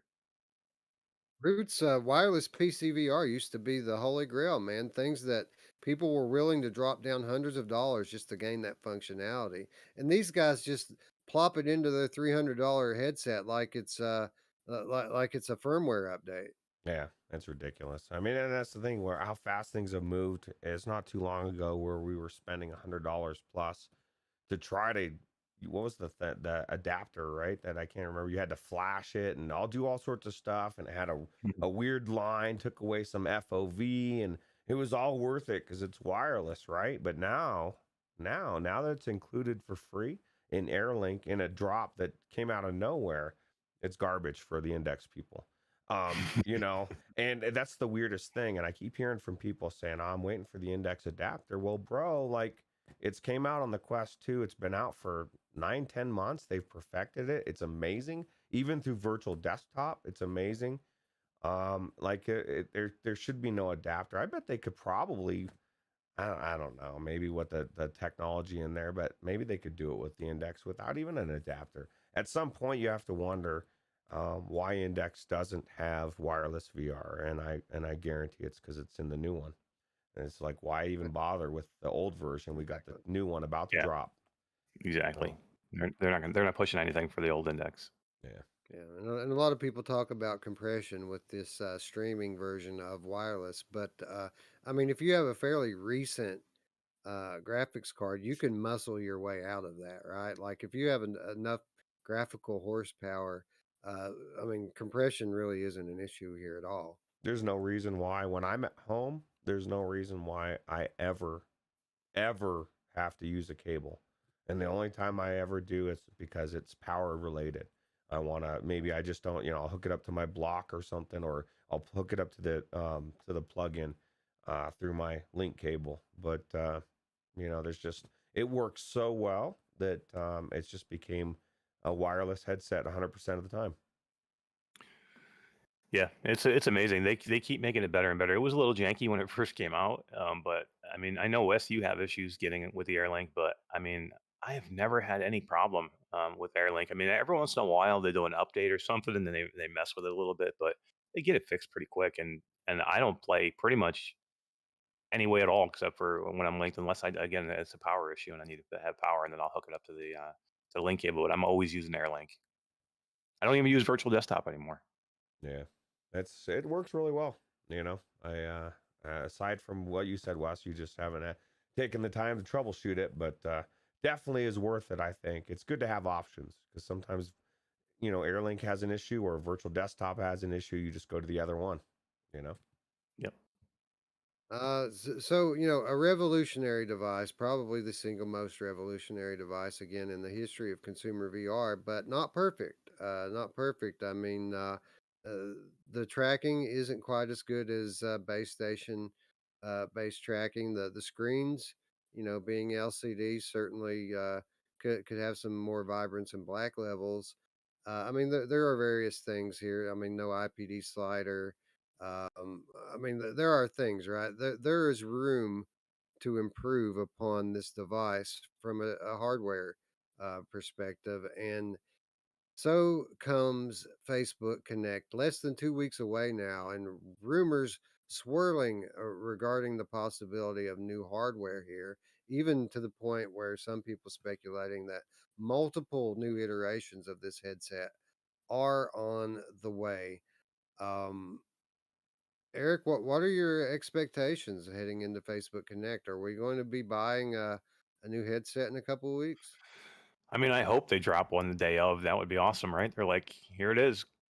Go order it right now. You can get it. I mean, most likely you're probably looking at maybe a pre-order date. I mean, they'll probably not. I don't know if they'll drop one. I would love it, but I don't know if they'll actually drop one. But I think they're going to announce it for sure. I think they're going to announce it. You're going to see the new headset with the new controllers, with the camera in the controllers, and no more Halo rings in the controllers. So yeah, I think this is going to be a really fun um, Facebook Connect, and don't forget the games. I think we're going to have some games announced too at this one. I think people are thinking, okay, we've already got our games, announced for this year. You might see another big title announced, maybe not coming this year, but coming early 2022. But you might even see a game that's December. You know what I mean? That we haven't even heard of yet. Roots, they pretty much unloaded most of what we were expecting to hear about in terms of software at this event. In the weeks leading up to it, which makes you wonder what is it that they're going to focus on with regards to software. Obviously, we still have the new Ubisoft titles to look forward to getting more info on, but that's pretty much it. And then we have the uh, that survey that came out a few weeks ago that was talking about uh, a headset that supports up to 10 new major gaming franchises, titles from up to 10 big worldwide IPs. And I can only count on one hand the number that they've already covered. So, do you think we're going to get a big new reveal of a game that we're not aware of yet? I would say it's very unlikely. I mean, because there was a lot of announcements or a lot of stuff they talked about that, like you said, you would have assumed. You got this perfect opportunity, right? They love to showcase these games or this kind of news at an event like Facebook Connect, and they let a lot of this out weeks before. It's not like it was months down the road. It was like, oh, we need to get this shit out of the way so we can talk about the big boys. When Connect happens. So I'd be surprised if we don't hear something about at least one title. Because all of these titles, it may not even be a new title. A lot of this stuff, like we keep saying, Assassin's Creed, Ubisoft, Splinter Cell. We've said that for a year. We don't know shit about it. We don't know any time. We don't know. They could come out and say, look, this is coming in January, February, March. Like, you know what I mean? We might get dates on stuff. I would say we might hear when Lone Echo 2 was coming out if we hadn't just finally got that game out. But yeah, I would say that there's definitely going to be some software, some games that we weren't expecting to hear about, and hopefully it'll be some new IPs, right? Yeah. I mean, Medal of Honor's coming to Quest, and they didn't even hold that announcement. They just went ahead No. and just put it right on out there. Yeah, absolutely. I And I couldn't Uh, I couldn't believe the titles they were putting out there. Were you guys just shocked as I was? I was like, "Wow, bang, another title and another title," and I'm like, "What?" I was you just see it leading up to what they're trying to clear all this stuff out so they can get to something, I think, bigger to show. So, I mean, they have to have they're not gonna show up with nothing, right? So they have to have something. So I think it's gonna be hardware, and I think a couple of game titles. Rich, do you think we're getting a new headset this event? And if so, do you think that the feature set that it's going to carry is going to be enough to coax us into laying $500 down to pick it up? I don't know. For me, last time we talked about it, I was like, yeah, absolutely. Now I'm watching weird stuff happen in the economy and the supply chain, and I'm like, do I really need? And it is, I guess, let me say this: the only way I pick up this thing is if I sell my old one first, because I can't see myself shelling $500 for anything at this point. It would be a lot easier to stomach if I was subsidizing 350 or $400 of it with another headset. But it's possible. Uh, It's very probable actually that we could hear it, like Eric said, at minimum a pre-order date on that day. yeah, I would expect that. That's what they did with the Quest 2. They put it up for pre-order and then they shipped them like a month later. Yeah. Yeah. I would love that. Eric, My thoughts are I would love to. My first instinct is absolutely I want every new tech, but Mhm. I need to be responsible too, and I can't just. That's just it's such a weird time right now. well, see, I'm in a unique situation with my family here that I would kind of like to have another Quest, right? So we can do more multiplayer stuff. So Yeah. there's that. Eric, do you think a year from now we're looking at Facebook untethering themselves from the limited power of the Quest 2 and putting out Quest Pro exclusives? Ooh, I don't think so. I don't think so because all indications are pointing that they're going to keep the same chipset, in the Quest, in the Pro or the Plus or whatever iteration they do. So I think we'll be seeing games for the Quest 2 for a long time. So I Let me wouldn't. I'm sorry, guys. let me ask you this then. So we're going to get these Quest Pro headsets with so much more functionality that comes with this same chipset.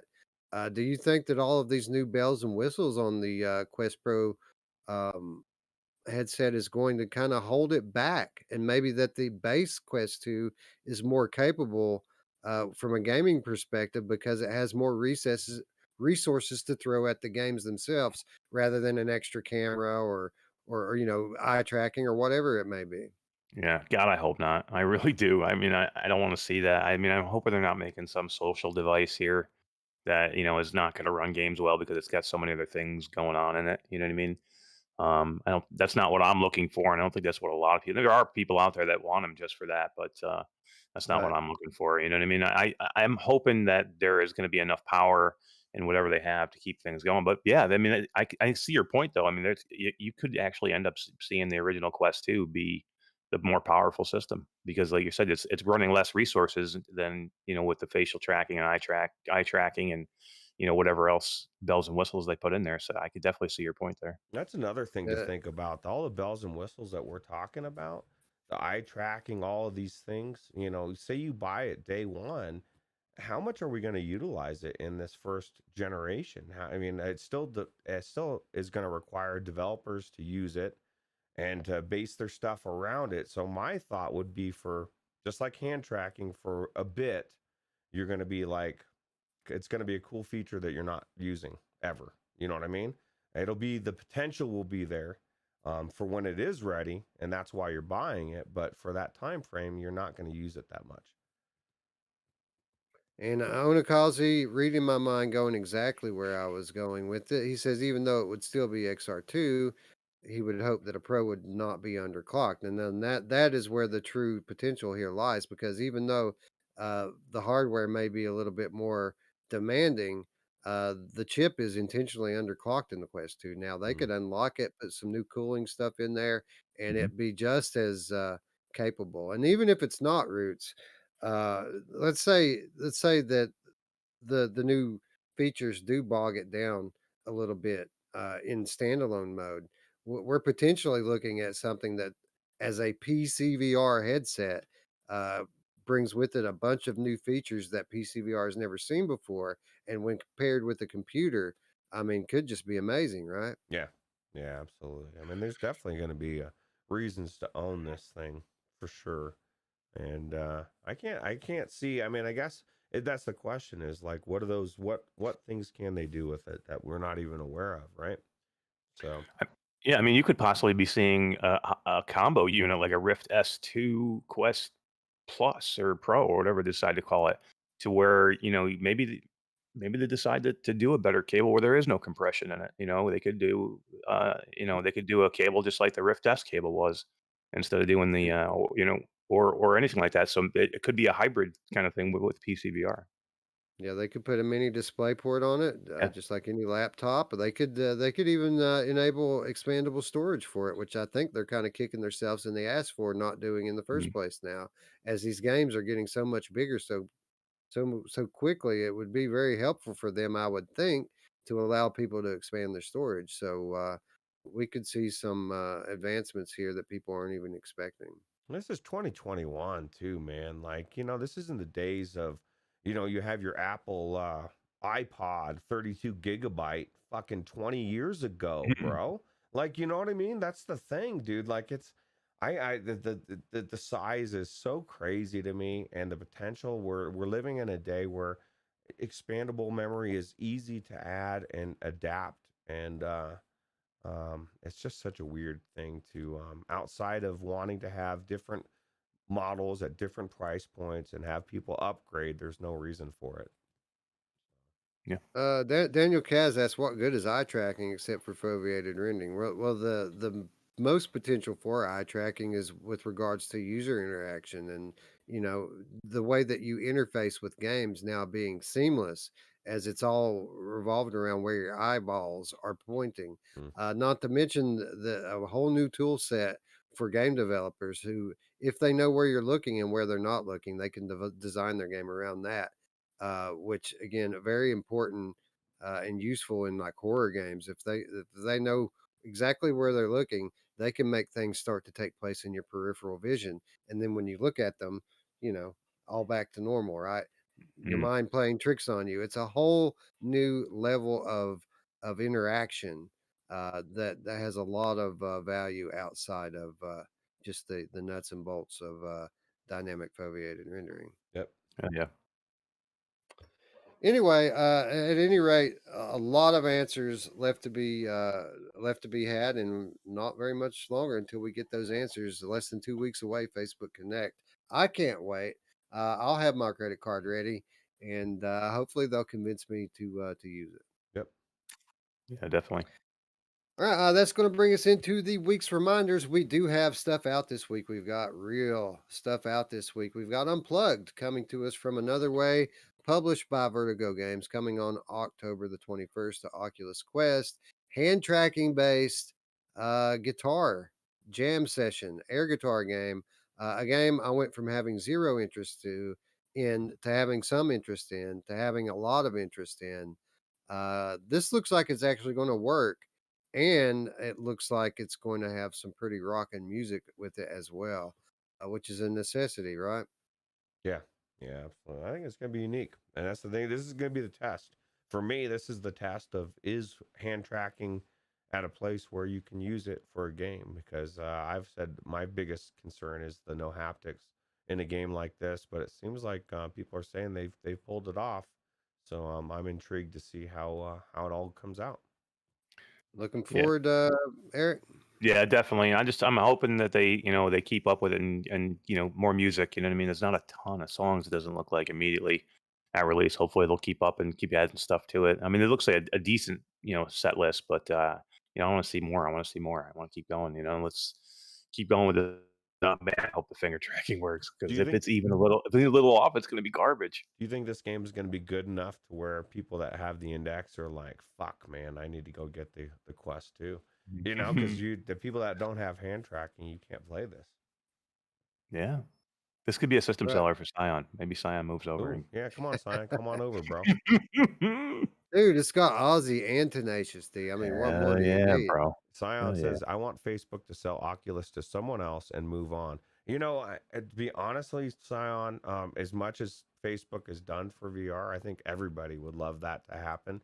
And I could almost pick any other company to pick them up, and I would be happy, unless it was Google, Microsoft, or any of the people. They're all the same. But yeah, I think that would be cool. Yeah, absolutely. So again, this coming to Oculus Quest on October 21st. Will I be playing it? Probably not. What will I be playing? Resident Evil 4 coming from Armature Games, published by Capcom, October 21st. Quest 2 only. What can I say? Not many more games out there that I'm as anticipating as highly as this one. It's Resident Evil. It's in VR. It's not on PlayStation. I can't wait. I've never played this one, Wes. My son told me Oh, I owned wow. it, but I never played it. I used to buy games like this all the time, and then he'd end up playing them because I was always working so much. So kind of psyched to check it out and get into this world and Resident Evil 4 it up. I wonder if it's scarier than 7. I don't think it will be, but I do think it's going to be awesome. And I have not played it either. I've never played Resident Evil 4, so this will be Oh my first yeah. time in this game. You guys are gonna get in for a special treat. I played the shit out of this game. This was one of my all-time favorite games. So Really? yeah, it's a great game. I love this game. How about your kids? Are Uh, your kids going to get into this? I'm pretty sure your answer is no for you, Eric. But what about you, Wes? Well, I was going to say no, but since they took all the making out of it, then I think it's safe to let them in there now. Well, that's what I was worried about. You know what I mean? Like, there's Uh, something about good old fashioned cisgender making out that makes me pissed off. Yeah, So me too. ay, ay, ay. So yeah, it's safe. It's safe that none of that cis propaganda is not going to be in there. So we might let them pick it up and put it on. oh, thank Blah God. blah blah. Yeah. Blah blah blah. Blah blah blah. Shit. Oh. Anyway, that's not all we have coming in the questionable move of the week. RagnaRock also launching on the Quest on October 21st. Great game. Is anyone going to buy it? Probably not. Crazy. Why would you release this on the same day? Even if, I mean, the only thing that I can say is it's so completely different that there's a good chance that the same person buying Resident Evil 4 is not buying this game. But that's release it the I got to 20th think. would be better. I got to think though. Anybody who's interested in this is probably going to be interested in Unplugged, Right. right? That's Mhm. true. That's true. It's actually more of a threat for that though. But this is you actually get to race, bro. Race you, man. Oh yeah, I forgot about that aspect of it. That's right. Yeah. It's kind of it's a cool game. I don't doubt that in the least. I just really question the timing of it. If I were these guys, I'd be like COVID, bro. COVID is No, we're not ravaged ready. our studio. We're not Or ready. release it the day before, a week before, 2 days Uh, before. You know, like any there's a lot of days out there, and the Yeah, same even a day. day. Yeah, even one day early would be a big difference for these guys. I gotta think. Yeah, absolutely. Anyway, that wraps up the notable releases this week. There are others, so check out VR Focus to see what those are. And that moves us into our next reminder: wish list time. Time to pick a game that we would like to support. This is a big. The whole reason behind the wish list segment is to support developers. It's huge when people wish list their games. It raises their profile. It allows them to know how many people are interested in their game. And I'm going to go wishlist Green Hell VR on Steam as it just became available to do so. So That's a ask good idea. all of you to please join us right now as we go and wish list a game altogether. done. Please. Boom. Done and done. Everybody Continue, going Wes. for Green Hell? That's why I went with because I have the other one too, man. I bought it like cheap because I thought maybe they would just take that game and just move it into VR, but I have I'm been glad waiting to see. I'm glad I didn't now, I right? know, right? I've never played it. It's flat. I picked it up like for like $5, I think. So it wasn't like it was a huge deal, but yeah. You screwed Oh, you can yourself. Vorpex it. I did, right?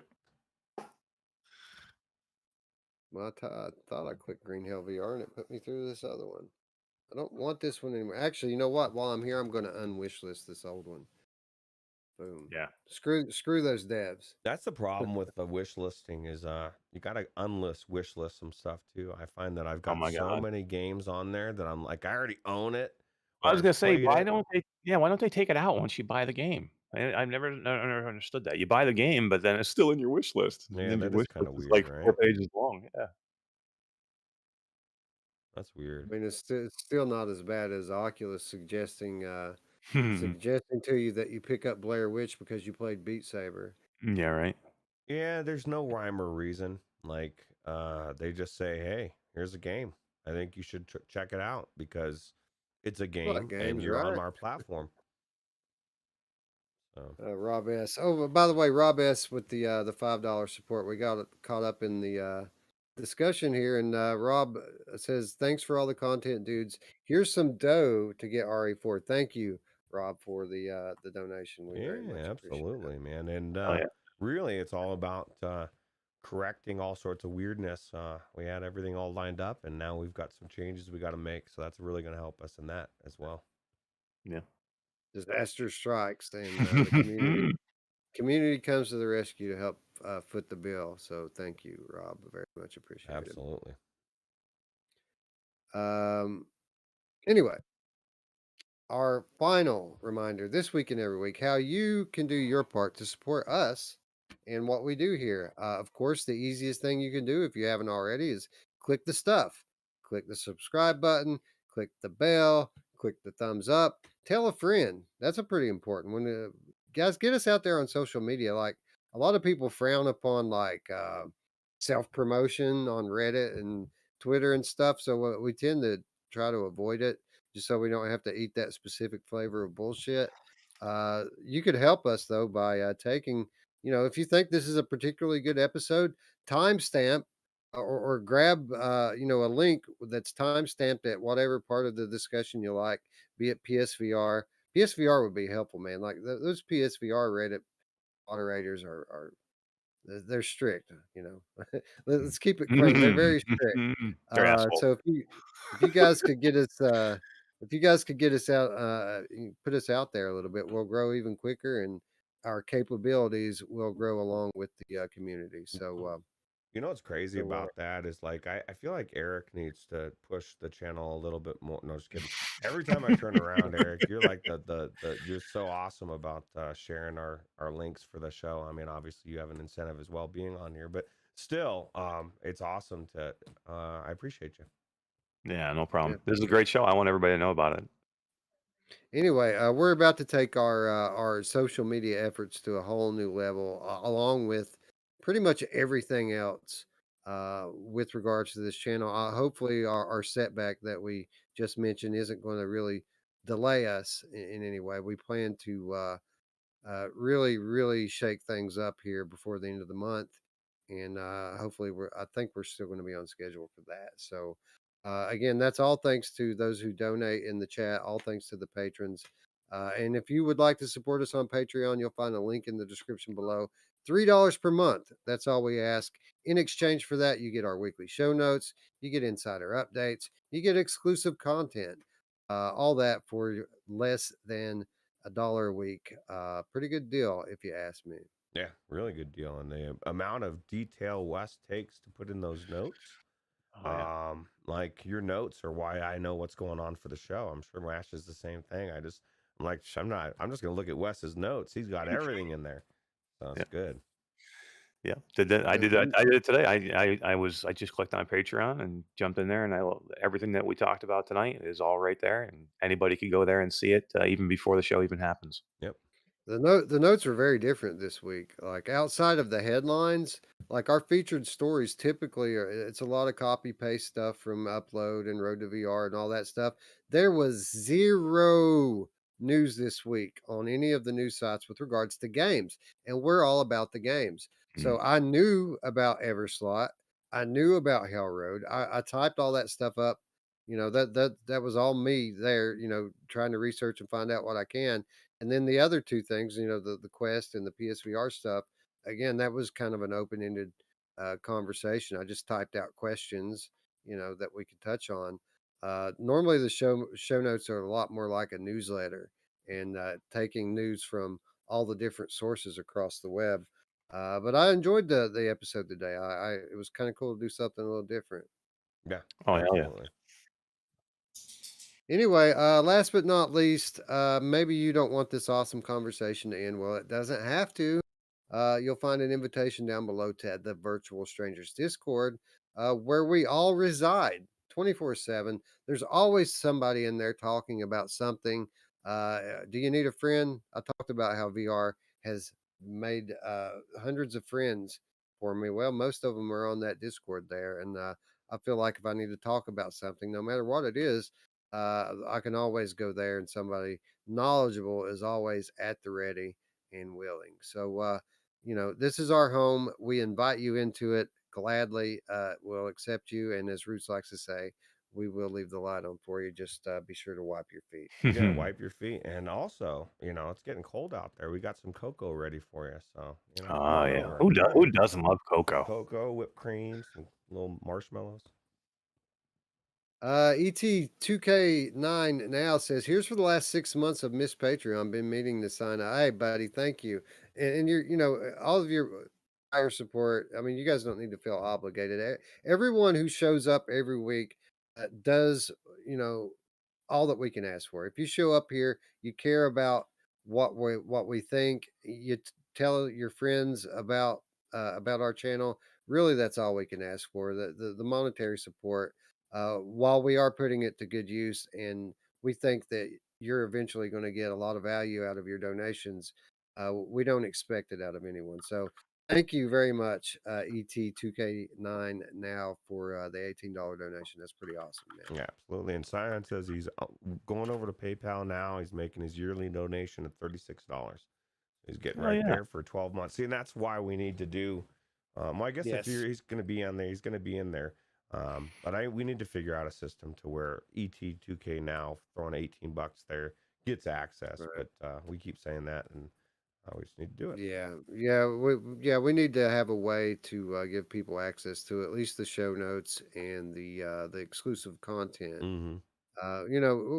We'll still have some stuff that's exclusive to people who want to, sign up through Patreon and make a pledge month after month after month.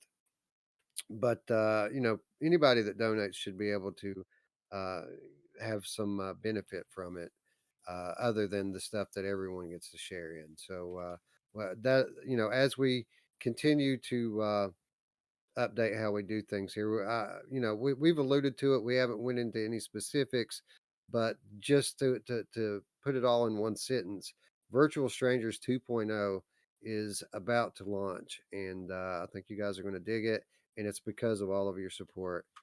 Again, thank you very much. Yep, absolutely. Yeah. Anyway, with that said, friends, we'd like to thank you all once again for watching. For Roots and Eric, I'm Wes. We'll see you Tuesday for some dreams. Yep. Bye now. Yeah. Take it easy. See you later.